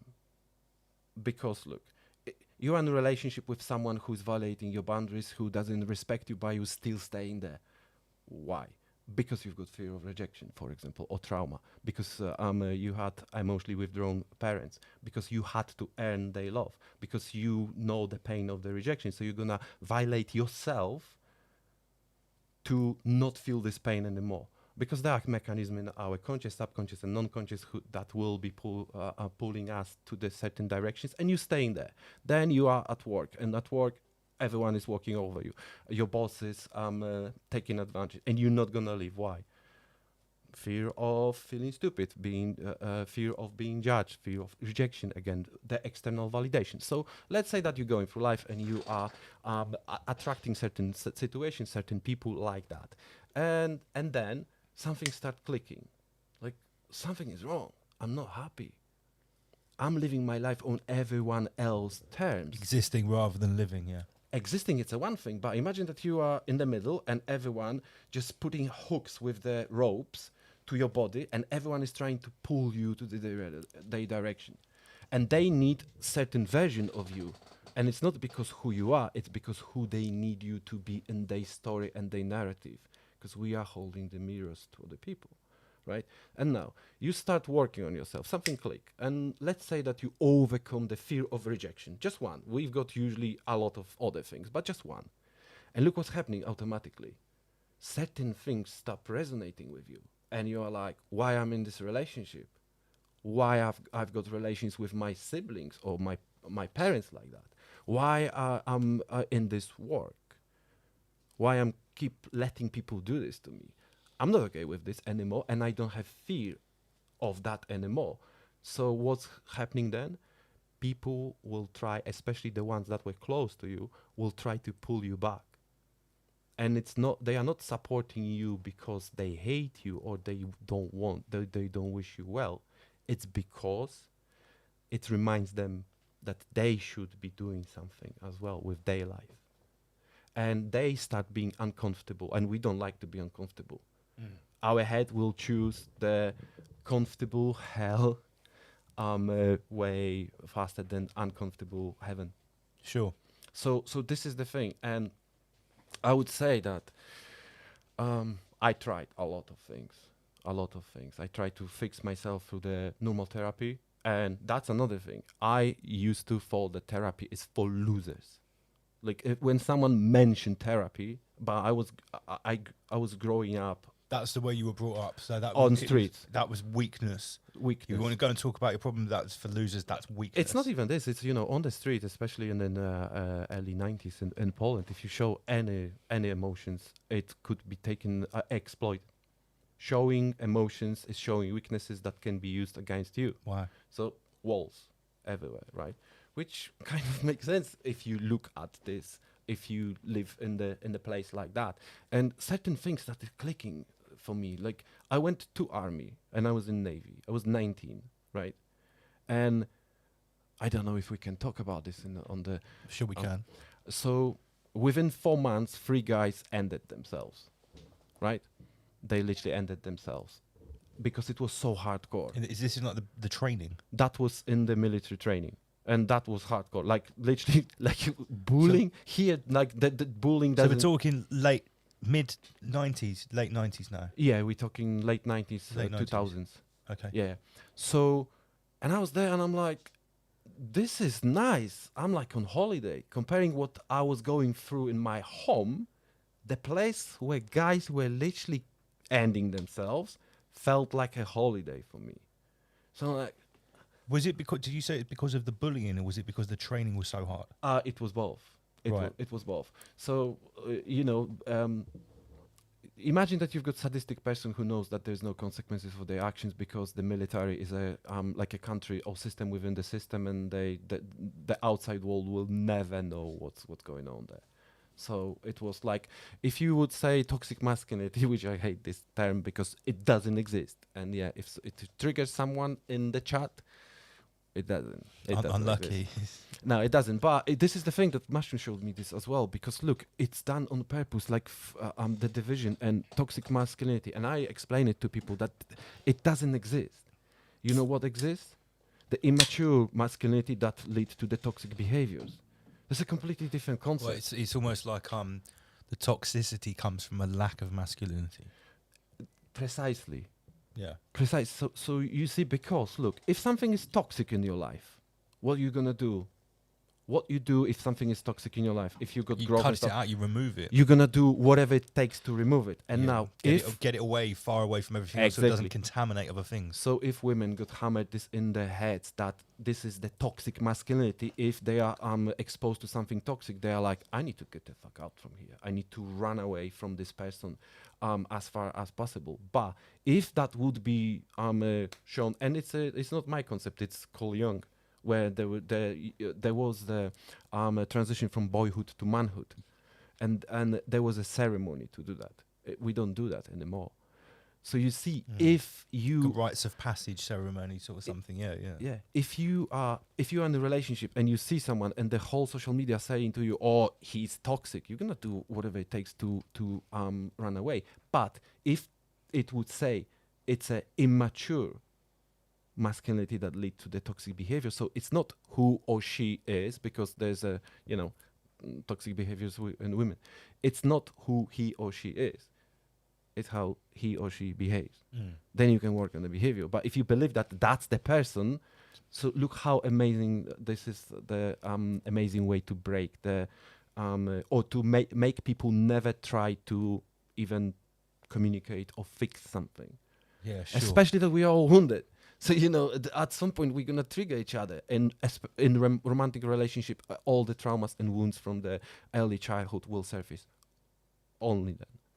because there is a emotional connection and all this stuff. You know, I can go very, very deep into masculine. Inspector Veg was talking about exactly this. He'd read a number of books on it, and he was talking about that your past childhood traumas will always basically govern all of the insecurities that you bring forward into the relationship that you have with your significant other. This sounds very similar stuff to what he was talking about. But you see, if you look at this as well, that very, very simplifying, okay? We are the head and women are heart. And we should be in a perfect balance between head and the heart, right? Because if you only analyzing everything, you can make decisions that are cruel because there's no heart in it. But if you over emotional, you can see what's going on now. The ideologies are pushed that are based only on the emotions. So women are entering our life to teach us how to feel, and we should enter their life to show them how to rational things, and we should balance it. And then, but we should have this balance within us. It's not like we need someone, the second half or the other half. No. We need to balance it within us. Yeah, it's much better if you're complete before you find someone, absolutely. And you see, this is the thing, that understanding how many version of us is within us and how to navigate through it. The tools that we've got, the tools like beautiful tools like anxiety and depression. That's an amazing tool. But now it's labeled as an illness. Yeah. You got something that can... something to be suppressed through pharmaceuticals. But exactly. You see, and this is literally notification from your body, something needs to be addressed. So you see, this is the thing that when we go through life and then we start or developing the belief system that is not even ours because it's pushed on us, then we live the life that is, I would say, in the little box. And how to get out of this box? How to, when you every time you get too close to the wall of this box, and then what's happening? The fear kick off straight away. And the deeper you go, and the more honest you are with yourself, because positive vibes only, love and light. It's not a spiritualism, and never will be. It's a spiritual bypassing, and people like that shouldn't be listened. It's good to stay positive. It's good to do affirmations. Do you want me to press the explosion button on your behalf, Andy PG? Please do. Yeah. Don't listen to people that are all about love and light. It's spiritual bypassing. It is spiritual bypassing because, look, everything is hidden in the shadows. And there's beautiful power in the darkness. But you need to go and accept it. And the deeper you go, the more you're going to find three main... I would say puppet masters, or maybe strings that are pulled for us. It's fear, shame, and guilt. And if you never address shame and guilt, you are not living free life. You are not. And this is what is put on us by parents, teachers, peers in early, I would say, adolescent, right? And there are literally regions in our brain that are responsible for that. And this is where mushrooms are coming, because the normal talk therapy can give you words to name what's wrong with you, but psilocybin let the body to release it, so you can feel it, you can connect with it, and you can rewrite your story. You can't do this just by talking. You can't, because if emotions are stored in our body doesn't give a fuck about our words. It doesn't. My last real powerful trip in January in Thailand was one of those where it was scarily powerful, very introspective. I was shown things about myself, about my attitude, about what I was doing right, about what I was doing wrong, and it really got me. Really good. I was holding on for dear life. Yeah. While these things were being shown to me in the sky, I was looking out at the mountains, and it was all happening in the sky. And whoa, I needed it. But you see, this is the thing that, so you had amazing release and view or review of your past, your story, right? But releasing stuff, it's one thing. But then integrating things to change your environment, to change your life, it's another thing. Because you can go, I know people who I believe that they are addicted to jumping through the healing loops hoops. They are going mushrooms, DMT, ayahuasca, peyote, and just going from retreat to retreat to retreat to retreat to retreat. And they are so enlightened. But you talk to them and they are triggered. They are judgmental. They are like living in the, or I would say that if you integrate the scattered part of yourself, then these parts are not irritating you in others. Okay? Because we are all suppressing some parts of us. And if someone, I actually explained it to someone today. Okay? Look, who is behind the steering wheel at this moment in this vehicle called Lance? Who's behind the steering wheel? Yes. The which Lance? I would say that. Well, I would. Some rabbi. The infinite essence that animates my meat suit isn't called Lance, but like, yeah, that's what's animating and making this Lance thing happen. Yes. Something like that. However, you know, for people who are walking in this realm, okay, how I like to explain it is, imagine that you are driving the bus, you are in the bus, and you are the driver of the bus, okay? But on this bus, there are many you, and that's what creates you. So I'm talking about, let's say, sad Lance, happy Lance, rejected Lance, rejecting Lance, Lance that is shouted at, Lance that is triggered and just doing the carnage. So many us is there. There is a little Lance, there is a inner child Lance, there is a outgoing Lance, there is a sad Lance that no one can see, only you met him. So right now all of those are sat in the passenger seats, and the one that's driving is podcast on the mic double LMC Lance. So all of those guys right now are in the back seat looking out the window, maybe fiddling with something. They're not in control of the bus. Maybe they are talking to each other and all this stuff. Yeah.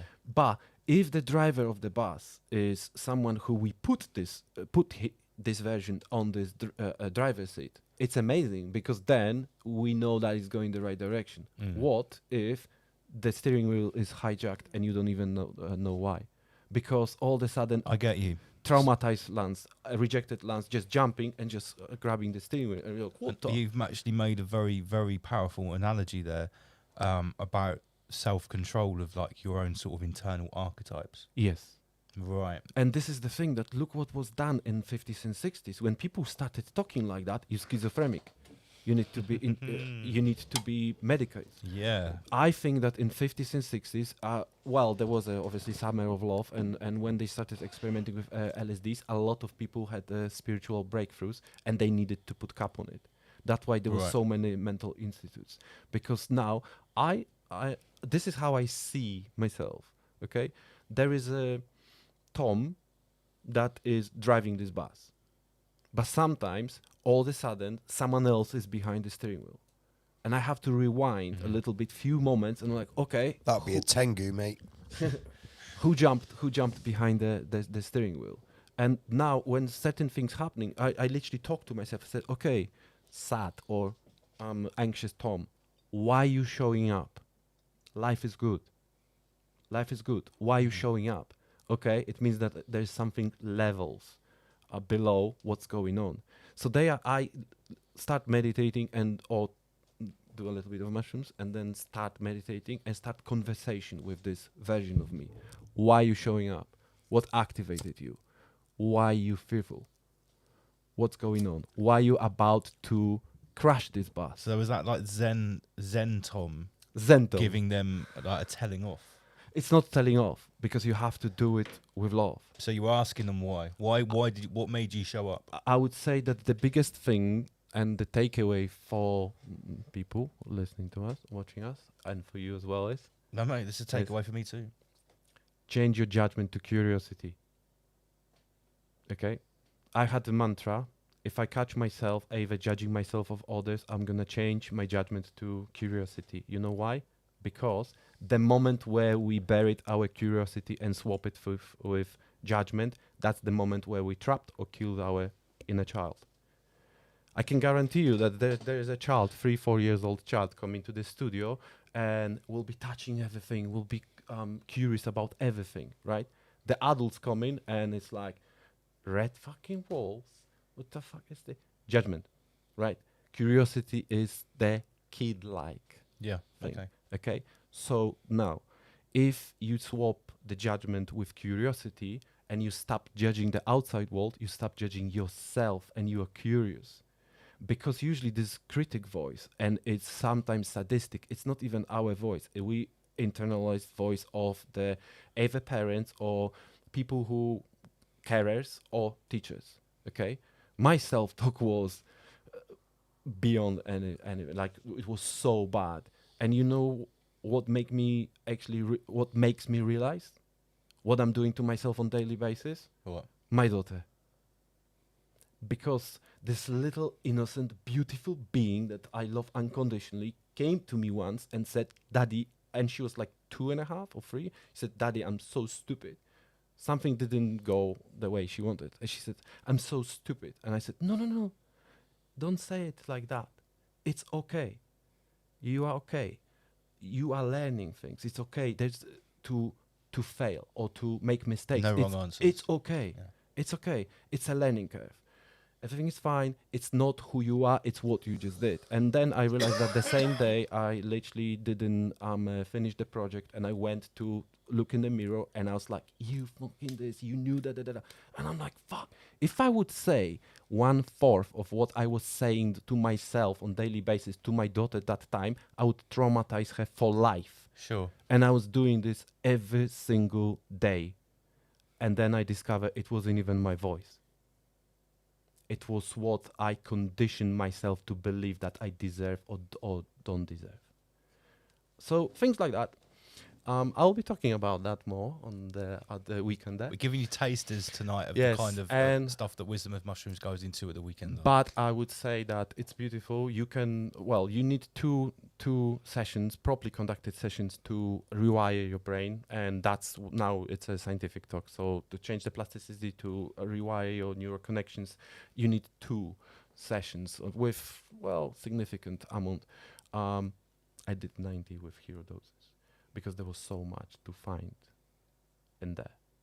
And now I can tell that you need to prepare yourself. It's not for everyone to just walk in and do it. You can the hero dose. Not even hero dose. I would say 2.5, 3 grams. You can imagine that you are something clicked and you're like, "Fuck, something doesn't work. I'm a bad person. I'm angry person or argumentative or something. Or I'm hurting people." And then you take mushrooms and then you are aware why you're doing it and you don't know what to do with it. So now you're not only doing it, can't stop it, but you are aware of doing it. So you might have actually doubled the problem. You are doubling the problem. So you're all about integration, preparation, properly conducted session, and then integration. Okay. Without that, if you just go and do mushrooms because it's now trendy, you can be in a worse position in a few weeks' time than before doing mushrooms, because it's always going to work on the serotonin receptors. It's always going to reset the serotonin levels, so you will have this boost of the of feeling better, right? But it's not about having a boost. It's about making a permanent change. Permanent change, because where's the point otherwise? So yeah, so so preparation. Now I'm talking what I will be talking about. Preparation, how to activate actually self-awareness, what to do with your nervous system, how to prepare yourself in terms of what to eat and what not to eat, how to prepare your nervous system just before, a few hours before the session, how to prepare mushrooms, how to take them properly, what kind of music to listen to, what's the difference between therapeutical session and ceremonial sessions, because these are completely 2 different things.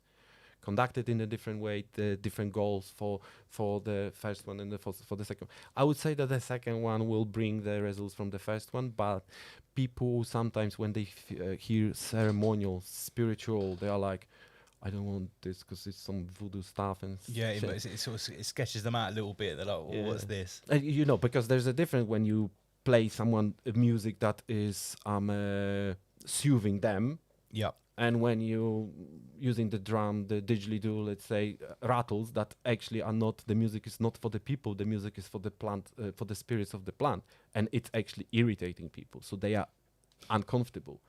So preparation is very, very important. The structure and the session itself are super important, but then if you're not gonna do with anything if you're not gonna do anything with what you found out, then you're definitely gonna go back to the same place. So it sounds like, compared to what you talked about with the one session that you did at the last weekend, this is going to be a lot more structured, a lot more detailed, Yes. and a lot more practical. Oh yeah, because last time it was last minute thing. I was like, Lance, what people are doing on Friday night? And you're like, nothing. We're gonna do meet and greet. I'm like, right, I'm taking the room. And Sam said to me, Tom, that wasn't the talk. You just did the because group therapy. You had the projector and you had slides ready to go, but the way it panned out is you started just talking to the people and asking questions. Q&As, and they opened up, and it went in a completely different direction. It was like group therapy, and I feel honored. And it's the feedback was amazing. I've already said it on the show before. A lot of people just wish they had more time, and they said, it was like a group therapy session. How to come to terms personally with what's going around in the outside world and integrate that inside, and obviously your approach is psilocybin. Yeah, and you see, I think it's because for me, I tried to walk away from it about 5 or 6 times. So it wasn't for me, it's this trendy thing about mushrooms, let's become the influencer and stuff. I'm like, no, I'm doing it for myself, and I understand that there is not it's not always the smiles and the realm of unconditional love. There's also darkness. I had sessions where I literally sat down and cried for 6 hours and then felt amazing. And I thought, like, with this background story that I've got that if you are operating on a survival mode and you are strong, when you're going through life strong, I used to think that it's hard when you're weak, to become strong. I think it's harder to become weak when you have to be strong, to be vulnerable. That's harder task. And this is the room that most of us, especially men, don't want to even get close to this room. Because to be vulnerable. Because we've got usually imprinted in our head that showing the emotions is showing weaknesses. And we don't want to go there. We don't want to be vulnerable because it's addictive as well. And especially now when we've got the culture of glorifying weakness, right? Look, you're depressed. Let's tap around you because you got depression or you triggered. I'm gonna bend over backward to accommodate your triggers. Weakness is like work a on your fucking commodity triggers. now. Something is triggering it, and if you diffuse the explosive that is linked to this button, if someone is pressing it and it's not connected to anything, then it's not gonna explode, right? So this is the thing, but the whole thing is how to do it with kindness to yourself.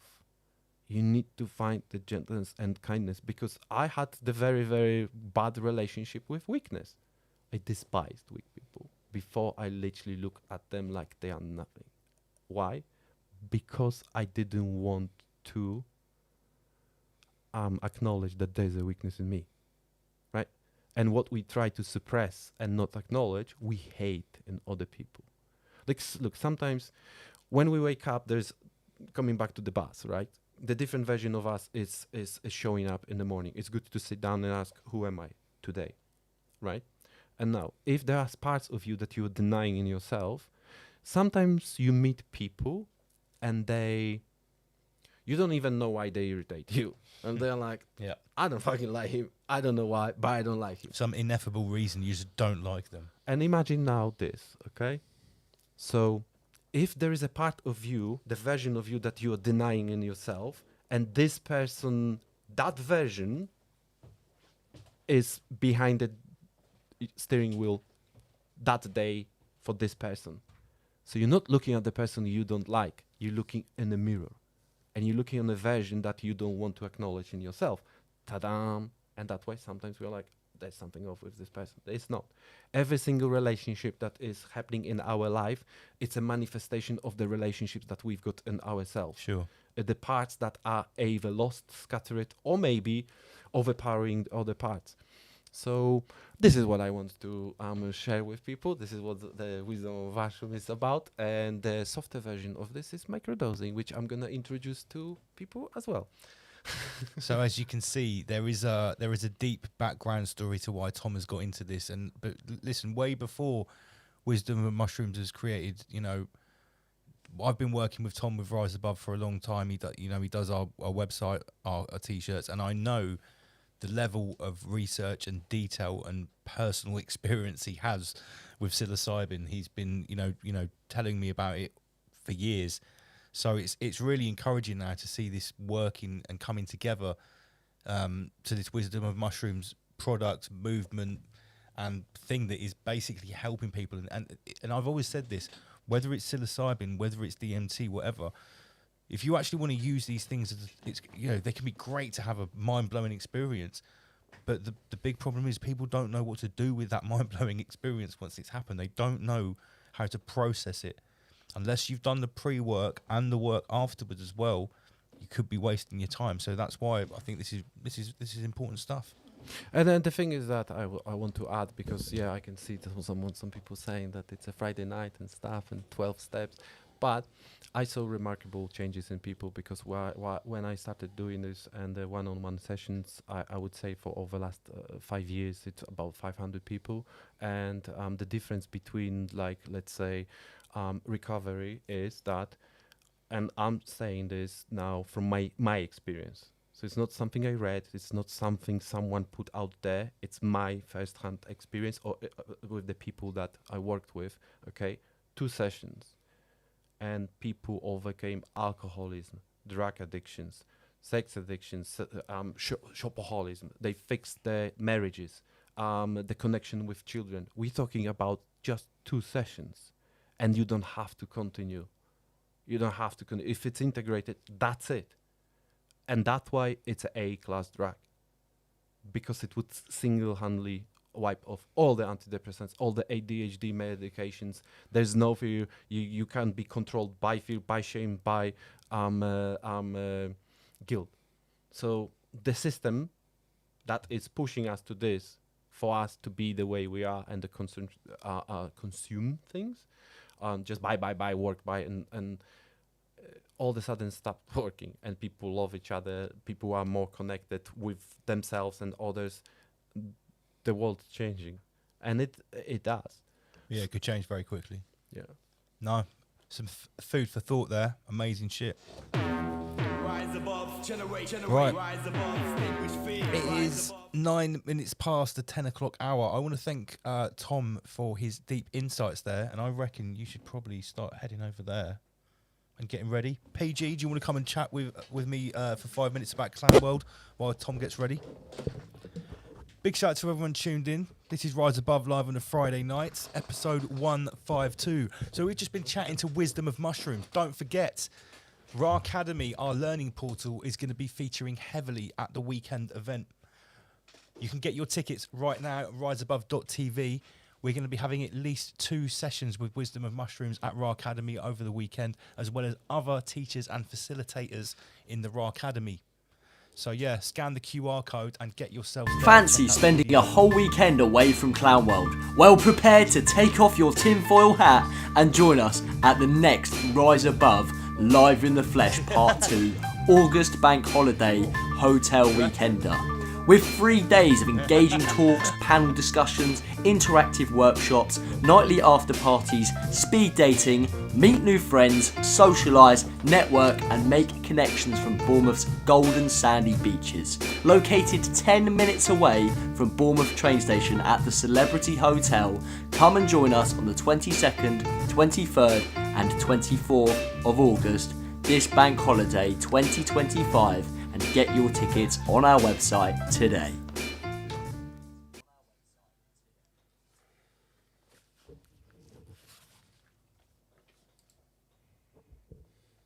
One, two. Yo, we are back. Big shout out to Tom, Wisdom of Mushrooms. So, PG, We've done the Ralphabet. Update. There's a few other bits and pieces. What about this character here? Yeah, we forgot Tommy Robinstein. Thramas Rabbistein. So, yeah. He came out looking very Lubavitch. He came out of prison looking like he just crawled out of a Chabad Lubavitch tunnel in New York. He deliberately made himself look as dishevelled as possible. Guaranteed you're allowed to shave in prison. Yeah, of course you are. Even if you're in solitary confinement, I'm sure you can probably shave. So what does this meme say? Israel agent provocateur looking more Jewish than Seinfeld at the AIPAC conference. I'd have to agree. And as you can see, they're pointing out 3 lots of Saturn here. Yes. He's got the Grok symbol on his Bluetooth mic, which is Saturn. He's got the Nike tick, which is Saturn, and he's got the cube in the form of the cross, which is also Saturn. So that's a triple hit for the Black Cube organisation there. Big shout out to Netanyahu. Satan and Netanyahu. Yeah, right, so Thramas Rabbistein, let's move on. It's also, oh yeah, give it a shake, PG, give it a shake. Also, it seems to be the theme of the show tonight. Andy PG's, well, we'll change the theme right now. It's Andy PG's favourite month of the year. Oh God, yeah. To be fair, we haven't been bombarded. You made a post about this actually, didn't you, earlier in the week? We haven't been bombarded with as much gay as in previous years.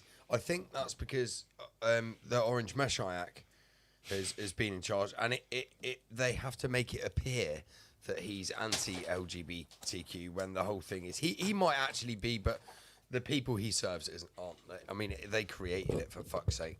But there is a gay undertone to the month of June. So yeah, obviously it's Pride Month. It's no coincidence it's June.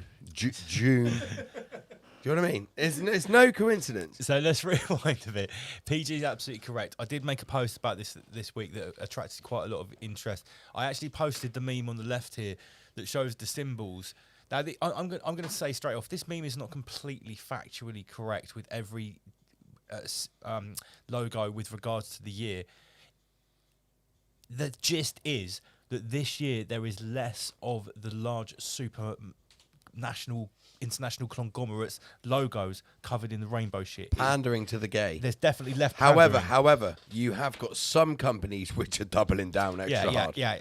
It's the same as like the Soviet Union stuff. It's not really going to happen again with a massive pandemic, but some people will double down if there's like a little monkeypox. Do you remember the Jaguar advert last year? Oh yeah, I remember that. Right, so anyway, they've gone the other way. Oh, they cancelled that advert. Mercedes, you drive a Mercedes, not? Don't. They've gone full gay. They've got a metallic rainbow Mercedes symbol. I think is there. I saw yesterday on social media. That light just disappeared into the nether realm. Unlucky. What is going on at the back there? I guess that means Tom's ready. Right. So yeah, we're talking about. We're still. Hang on. We're not ready here. Can we just talk about Donald Trump for a second? Tom. Just turn it down a sec. Yeah. He's just playing it out of his earphones. It's fine. Right. Okay. Out of his earphones, Michael. Well, he can hear it in his earphones. Came directly through the Queef Master here. Yeah. We turn it down on the Queef Master. Yeah. Right. Okay. So, PG, what is going on with Donald Trump and Elon Musk? Right. They have had a spectacular falling out. Actually, it's quite ironic that we were just talking about Pride Month because I think it was Blair White. We haven't got the slide, but Blair White said they've had the ugliest divorce. Ironically, yeah. Here we go. Here it is. I've got it. I've got it. Come on. No, wait. We'll pull that up at the end because we don't want to spoil the end on there. So, Enki Musk and Donald Trump have had a lover's spit. They have a spit, whatever you want to call it. And they're not enjoying each other's company. Enki Musk has departed from the White House officially, and there seems to be some kind of airing of dirty laundry going on over X and other social media platforms. Top left, let's look at this one. This is allegedly a real tweet. People are saying this is real. This was real, yeah. It was directly from his... Time to drop the really big bomb. The real Donald Trump is in the Epstein files. That is the real reason they have not been made public. Have a nice day, DJT. And he's put at the bottom, on the next one, he put, mark this post for future, the truth will come out. Oh, right, yeah, you can't see that under the graphics there. And on the top right here, you've got such an obvious lie, so sad. That's Enki Musk's response to Elon was wearing thin. I asked him to leave. I took away his EV mandate and forced everyone to buy electric cars that nobody even wanted, in brackets, that he knew for months I was going to do, close bracket. And he just went crazy. As Enki Musk is saying, no, that's not right. And as a counter to that, Enki Musk is up. In light of President Trump's statement about cancellation of my government's contracts, at SpaceX will begin decommissioning its Dragon spacecraft immediately. And just read the post that DJT put up. The easiest way to save money in our budget. Sorry. Are you trying to do the accent? Are you trying to do Trump? I tried to. The easiest way to save money in our budget, billions and billions of dollars, is to terminate Elon's governmental subsidies and contracts. Yeah. I was surprised that Biden didn't do it. It's true though, isn't it? So, if we go to the next slide, here we go. So that's what actually was going on. So this is all satire now, by the way. Right, so these are not real tweets. Are satire. So on the left here we got Russia offered Enki Musk political asylum after his falling out with Donald Trump. And Donald Trump says that was totally a Nazi salute. Elon did it, by the way. You know it. I know it. Everyone knows it. My Donald Trump impression is rubbish. Yeah, so, you shouldn't even try to do it unless you can do it. I'm just going to say. Okay. So if we go to the next one here, is this some more satire on the far left? So Elon, that was a good one. Trump. Now, next, call me a retard. And so this is what you were talking about. This is what Blair White put up. She's like, I did not foresee Trump and Elon having the ugliest gay divorce in Pride Month history. And Donald Trump's account has been suspended. I don't know if this is real. I don't think so. But this was my favourite here on the. This is the one I put in the group first. This is my favourite one. Kim Jong Un. Kim, be your rocket man now. Fuck that asshole. Oh, that's sick. Right. Okay. Kim, be your rocket man. Right. Are you ready? Yeah. Okay. Right. We are now going to roll out with some beats from the man like Tom W.S, aka Wisdom of Mushrooms. You can't just put that on the screen, though. Well, I think this is pretty self-explanatory. Let's hear some beats. Rise Above TV. Roll it out, Tom. We can't hear anything. There you go, that's better. Can you get the DJ cam on the go? Yeah. Oh, yeah, you need to hear that one sec.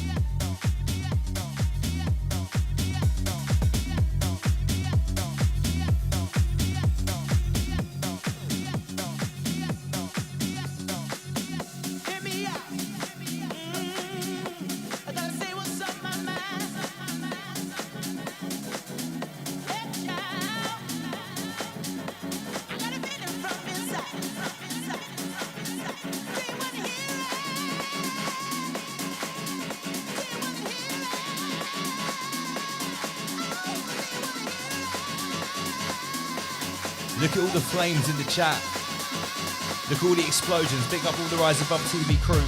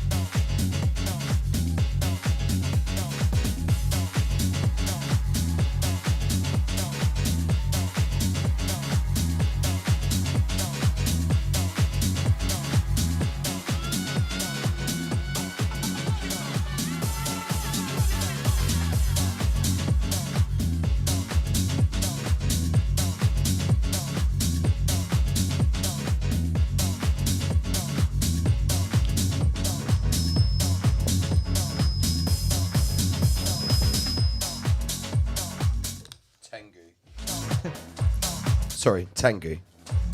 1 2 1 2. One Tangu, one Tangu. Sad Tom W's.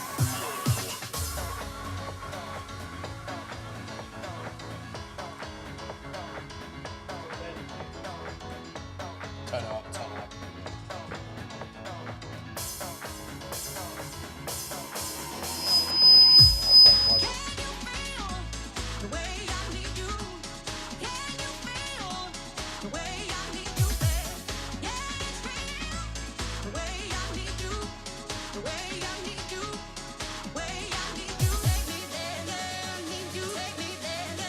AI can't control everything.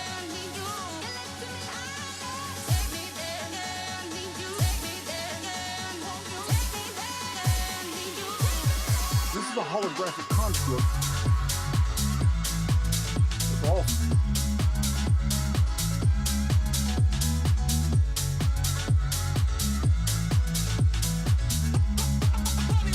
Remember, I told you guys many times.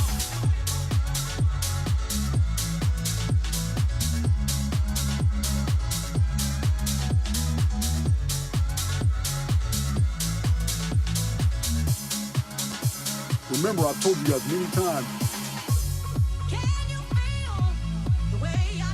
You're an errant, which means you're a problem.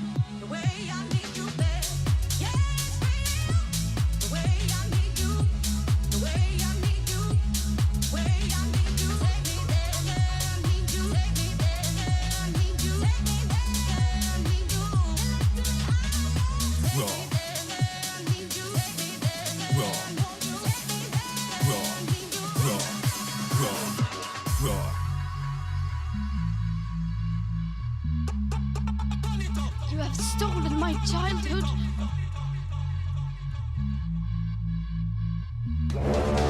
Right here, right now, is where we draw the line. Can you feel the way I need you?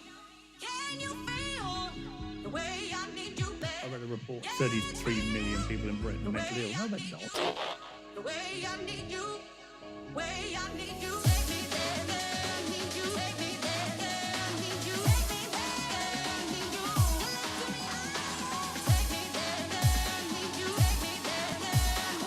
Raw, raw, raw, raw.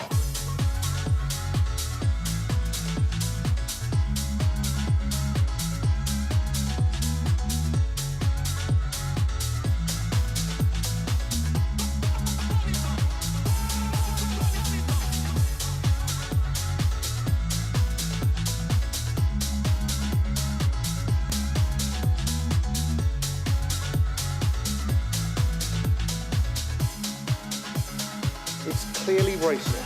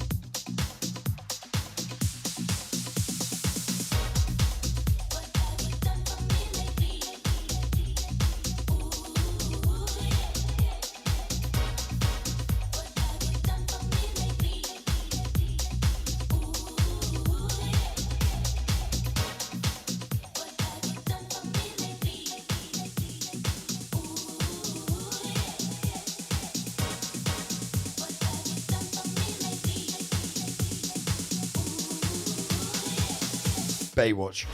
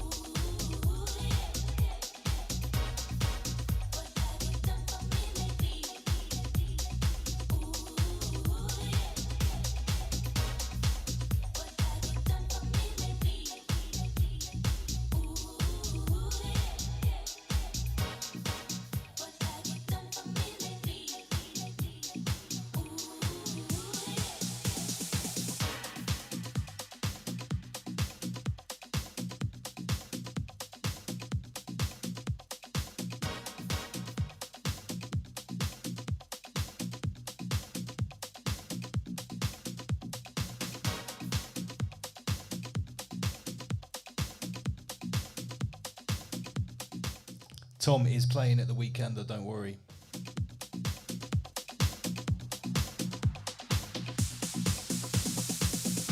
Well, I'm not too sure, Michael.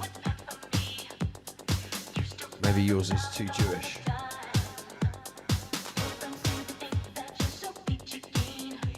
Say something. Check 33. Check 1, 33. 1, 2. Ooh, Michael.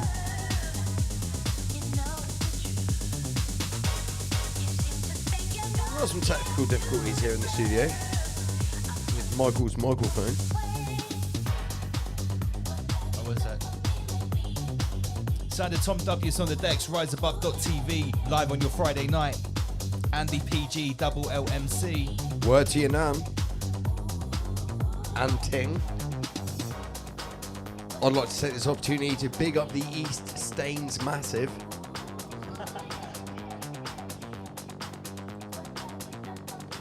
Don't forget, anybody that buys a ticket to the Weekender tonight gets a free garment, and anyone that signs up to the Peasantron gets a mystery pack in the post. Superstar DJs. Hey girls, me boys. Superstar DJs. Oh, Michael.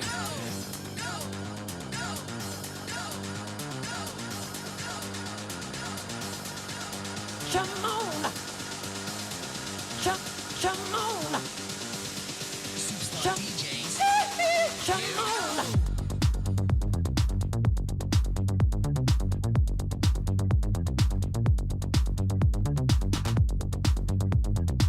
It's clearly racist.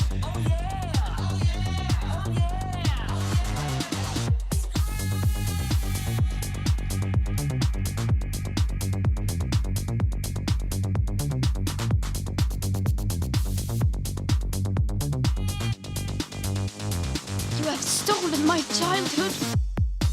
Hey girls, I'm one of the lucky ones. boys. Superstar DJs. Here we go. Hey girls, me boys. Superstar DJs. Here we go.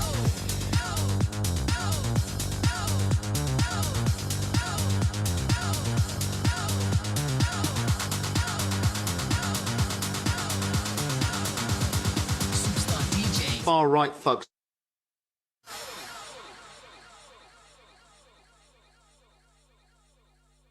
It would have been better if it dropped. Then, but no worries, Tom. People are loving the mix. People are loving the mix. Here we go. Hey girls, be boys. Superstar DJs. Here we go. Hey girls, be boys. Listen, I'm going to stick my foot bar right up your ass. Here we go. Hey girls, be boys. Superstar DJs. Here we go.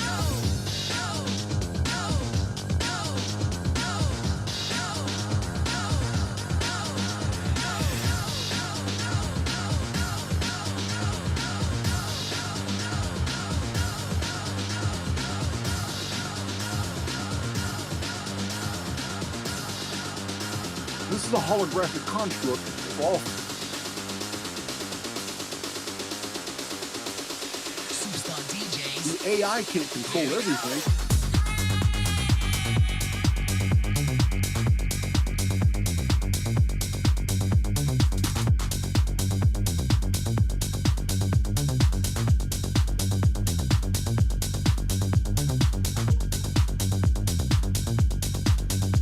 It's all.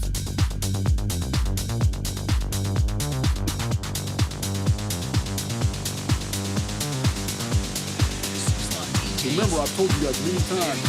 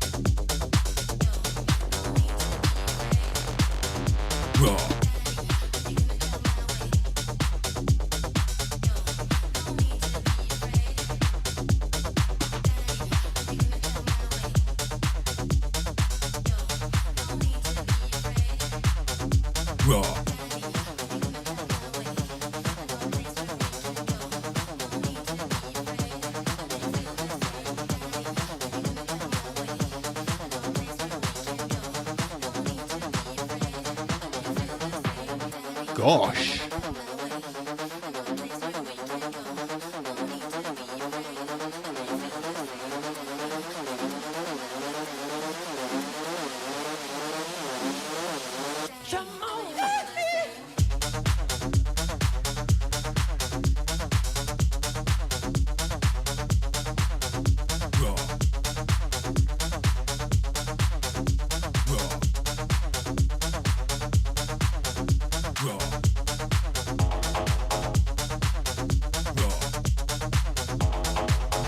Big shout to Tony B.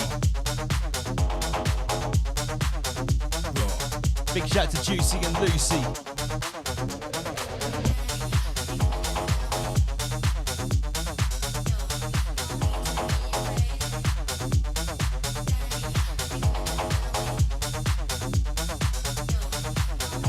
You have stolen my childhood. Big shout to Kelly. I'm one of the lucky ones. Tom W's on the decks, Rise Remember, Above I told you TV. guys many times. This is a holographic construct. It's all politics.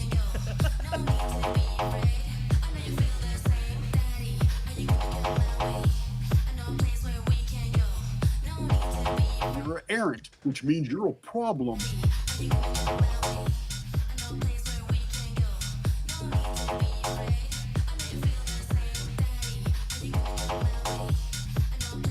I mean, for more of this, buy a ticket to our weekender. Yeah, come and see Tom at the weekend. The information's on the screen. I'll be there. I've got the Quizmaster as well. That'll be there. Shall we make it happen? Take Yeah, the of course you Quizmaster. can. Yeah, we'll Yeah, take of the course. Quizmaster this time.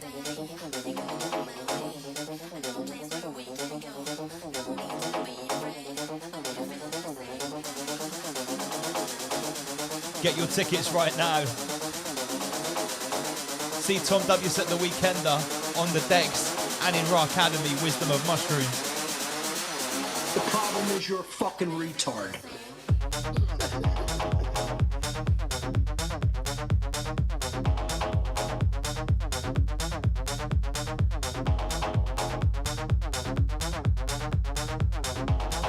It's clearly racist.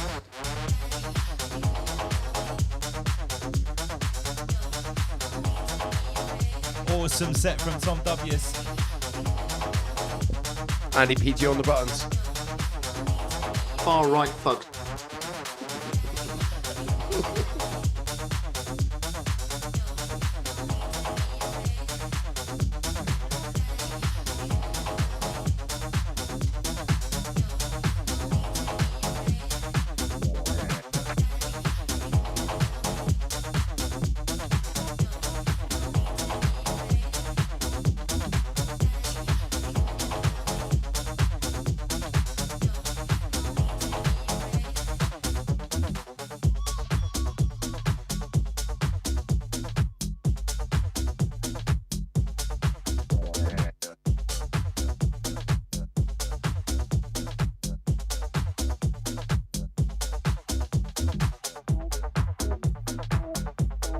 Still fucking hooish, doesn't matter what angle it's at.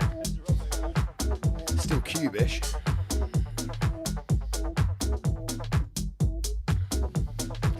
Gifted to me by some peasants at our event.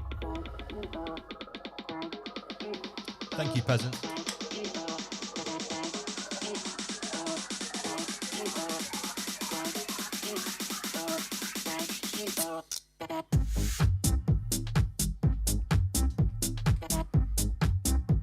Bouncy. I like it. It's far right. Aidan Fraser says Andy PG's killing it on the buttons. Tom W's is killing it on the CBJs. So far right, it's left. Far right fuck. Shout out to Quiz, darling. doing a great job at destroying the UK currently. I feel I'm very echoey in my microphone. We're not used to hearing I ourselves feel out the my speaker. microphone's more powerful than yours, Michael, for some reason. No, not in volume, just by oomph. I feel I've got some kind of filter on me. Some kind of far right filter.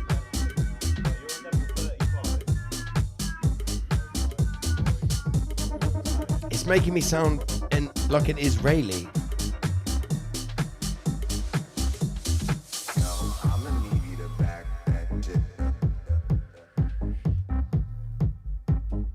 From the river to the sea. If you love the mixing, give us some more. Give us some more thoughtful emojis. Who had the Tangu emoji in the chat? We've learned so much tonight through the alphabet. Now Tom W's is playing us out. 20 more minutes.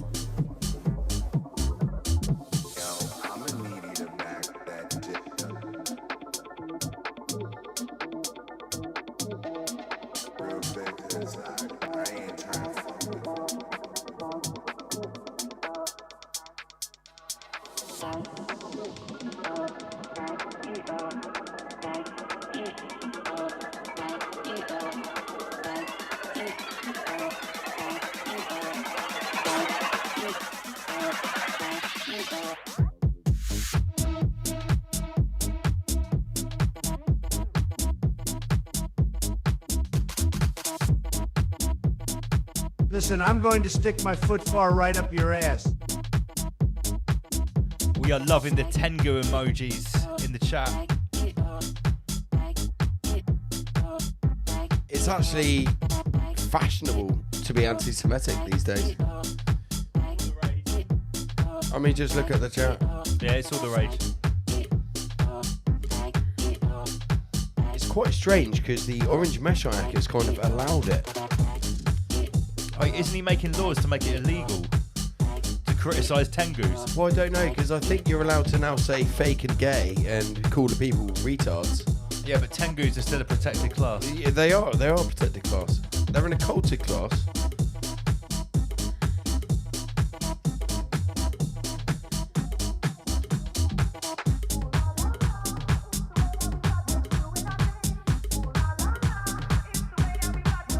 I feel like I'm on holiday.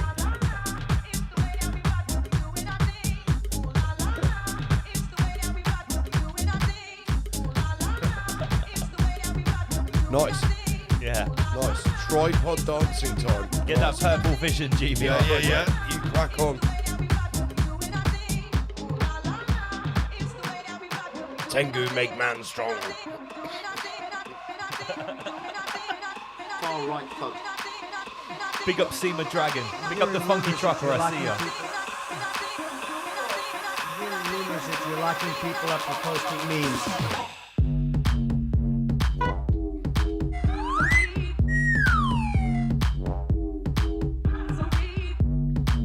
Yo.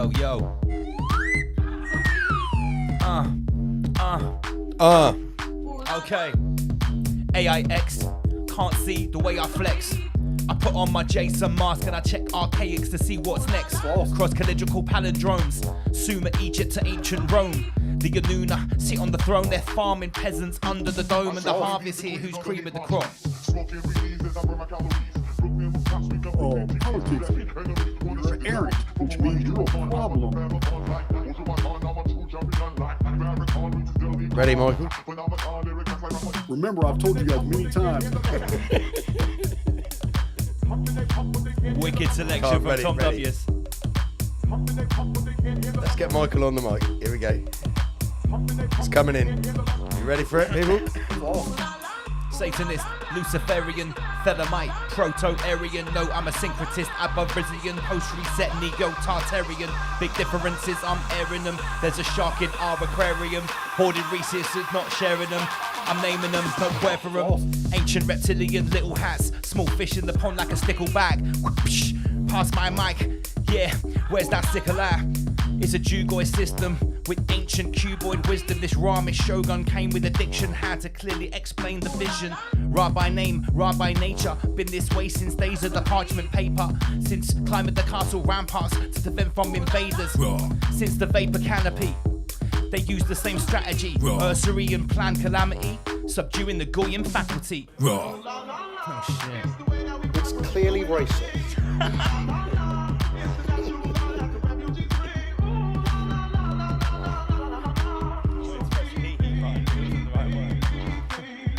It's clearly racist. Tom W, you're killing it. The problem is you're a fucking retard. Big up Aidan Fraser, I see ya.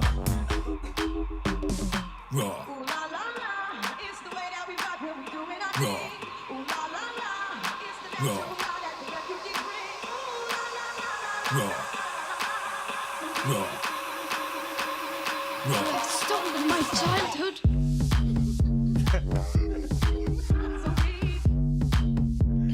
Big shout to GBR Project, I see ya.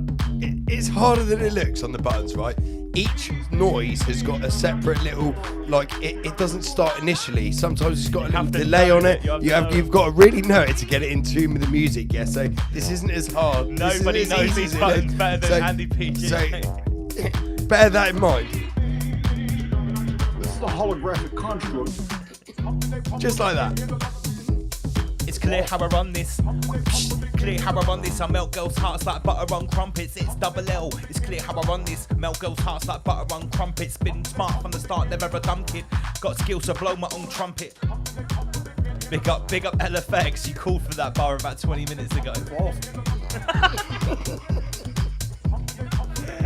So seamless. It goes so well with Tom's mix as well. You're errant, which means you're a problem.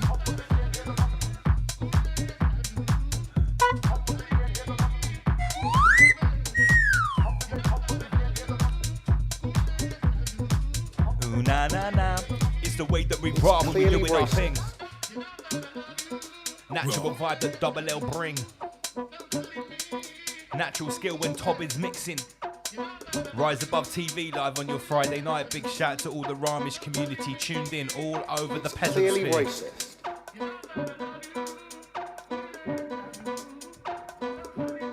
Oh, Michael. Big shout to Andy Pandy 33.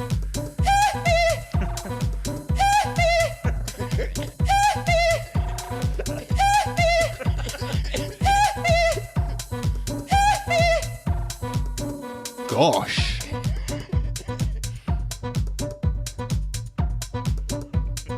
Shout out to Michael. Big shout out to Funky Trucker. Shout out to anyone really who's listening at this point.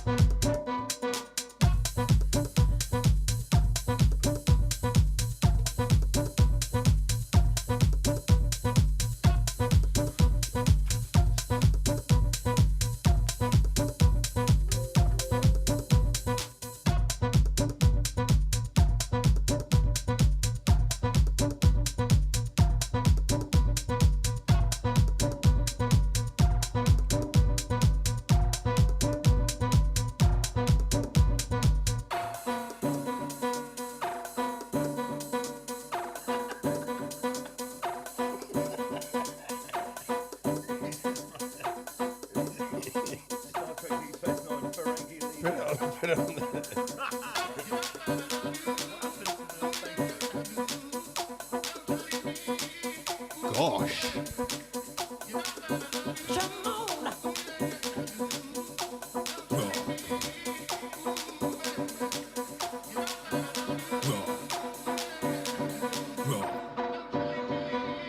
It's clearly racist.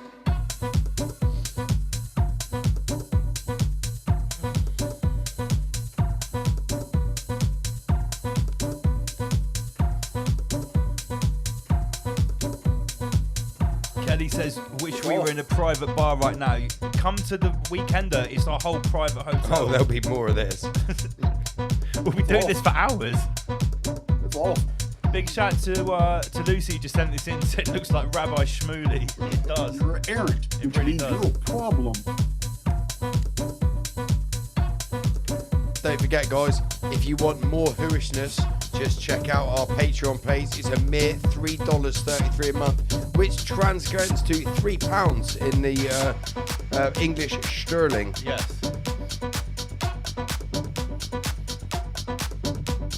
There's plenty more Rabbi Schmoolley content on there if you've just been introduced to him. Hours of Schmoolley. Hours of Schmoolley.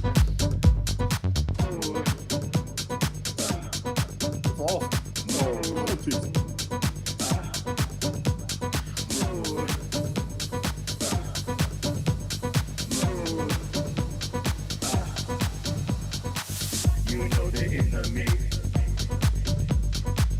Responsibility. This is no state of mind.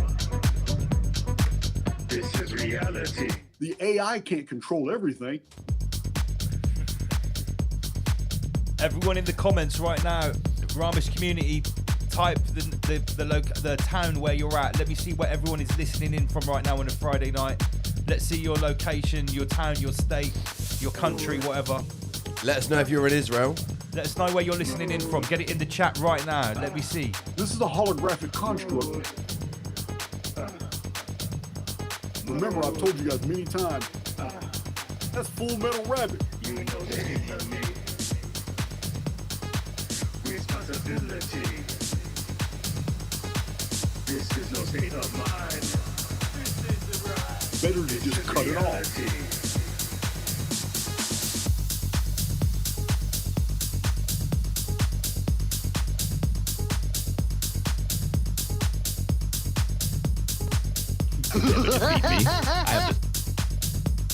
Big shout to the crew from Cincinnati, Ohio. Big shout to Rich J. You're a little punk, bitch, insecure, button dick little boy. Not Richard, just NPCs.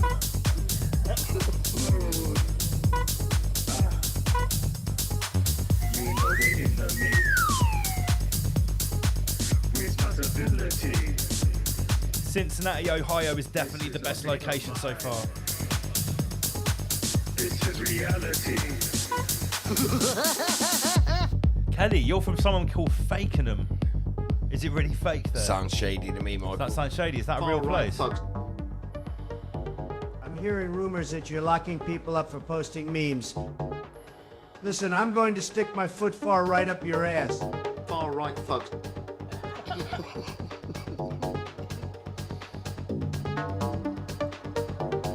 Big shout to Salad from Canada.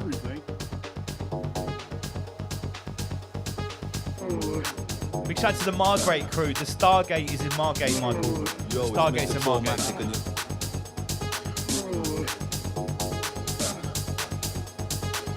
You have stolen my childhood.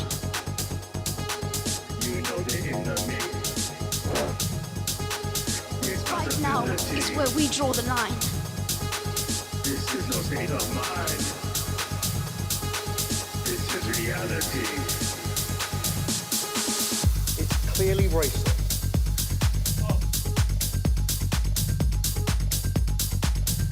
Raw.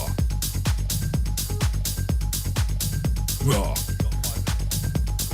This is a holographic construct.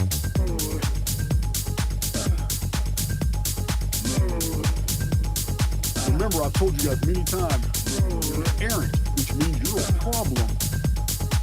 False. You know the enemy. Responsibility. This is no state of mind. This is reality.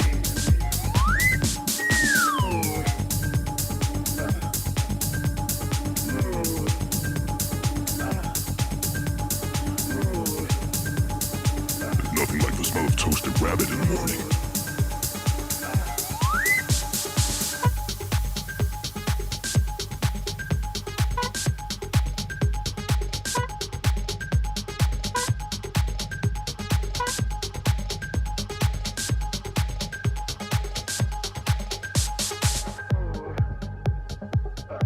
I read a report 33 million people in Britain are mentally ill. No, no.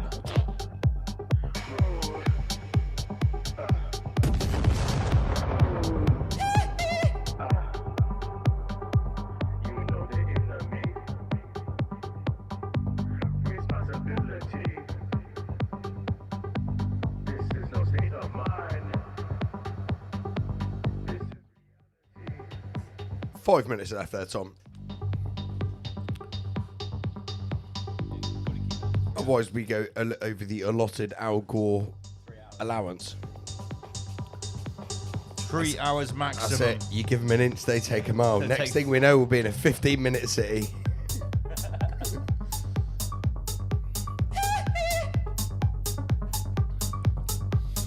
I feel like I'm in the nightclub of Blade. Do you remember the Blade movie? Yeah. Do you remember that?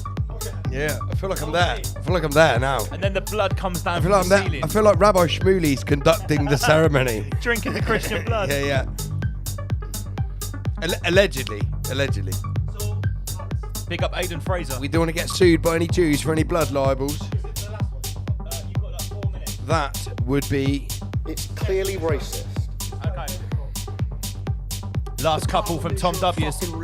Awesome set, Rise Above TV. We've had a great everyone's time. loving it here in the chat. Everyone is loving the set. 148 peasants tuned in here.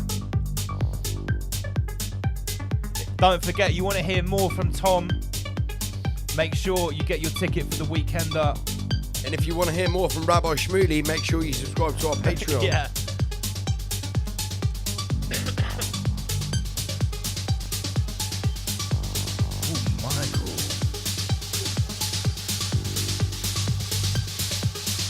Let me tell you, unbelievable.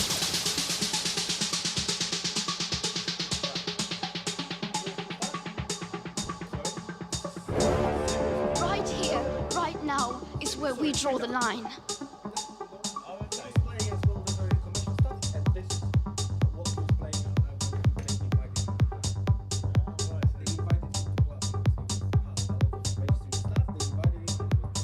It's clearly racist.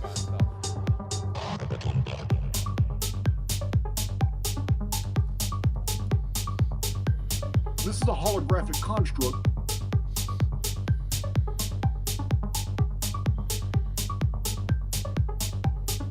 It's awesome. And don't forget, guys, there is a show next week, but it's not live. We are back in 2 weeks live with Lee Folan, paedophile hunter and grooming gang bounty hunter. That's right, you heard it, guys. Yeah, paedophile hunter. We're going hard with our new interviews here in 2 weeks. Start first one in the studio live. We'll be getting the cheese pizza out. Yeah. Sounds of Tom W. And Michael. And the Queef Master. Shimon!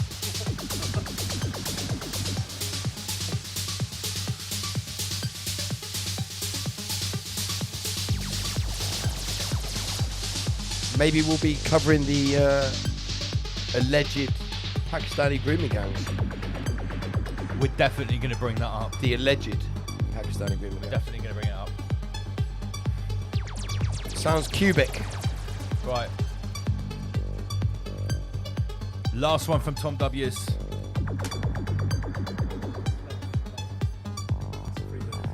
What you getting there, roll out?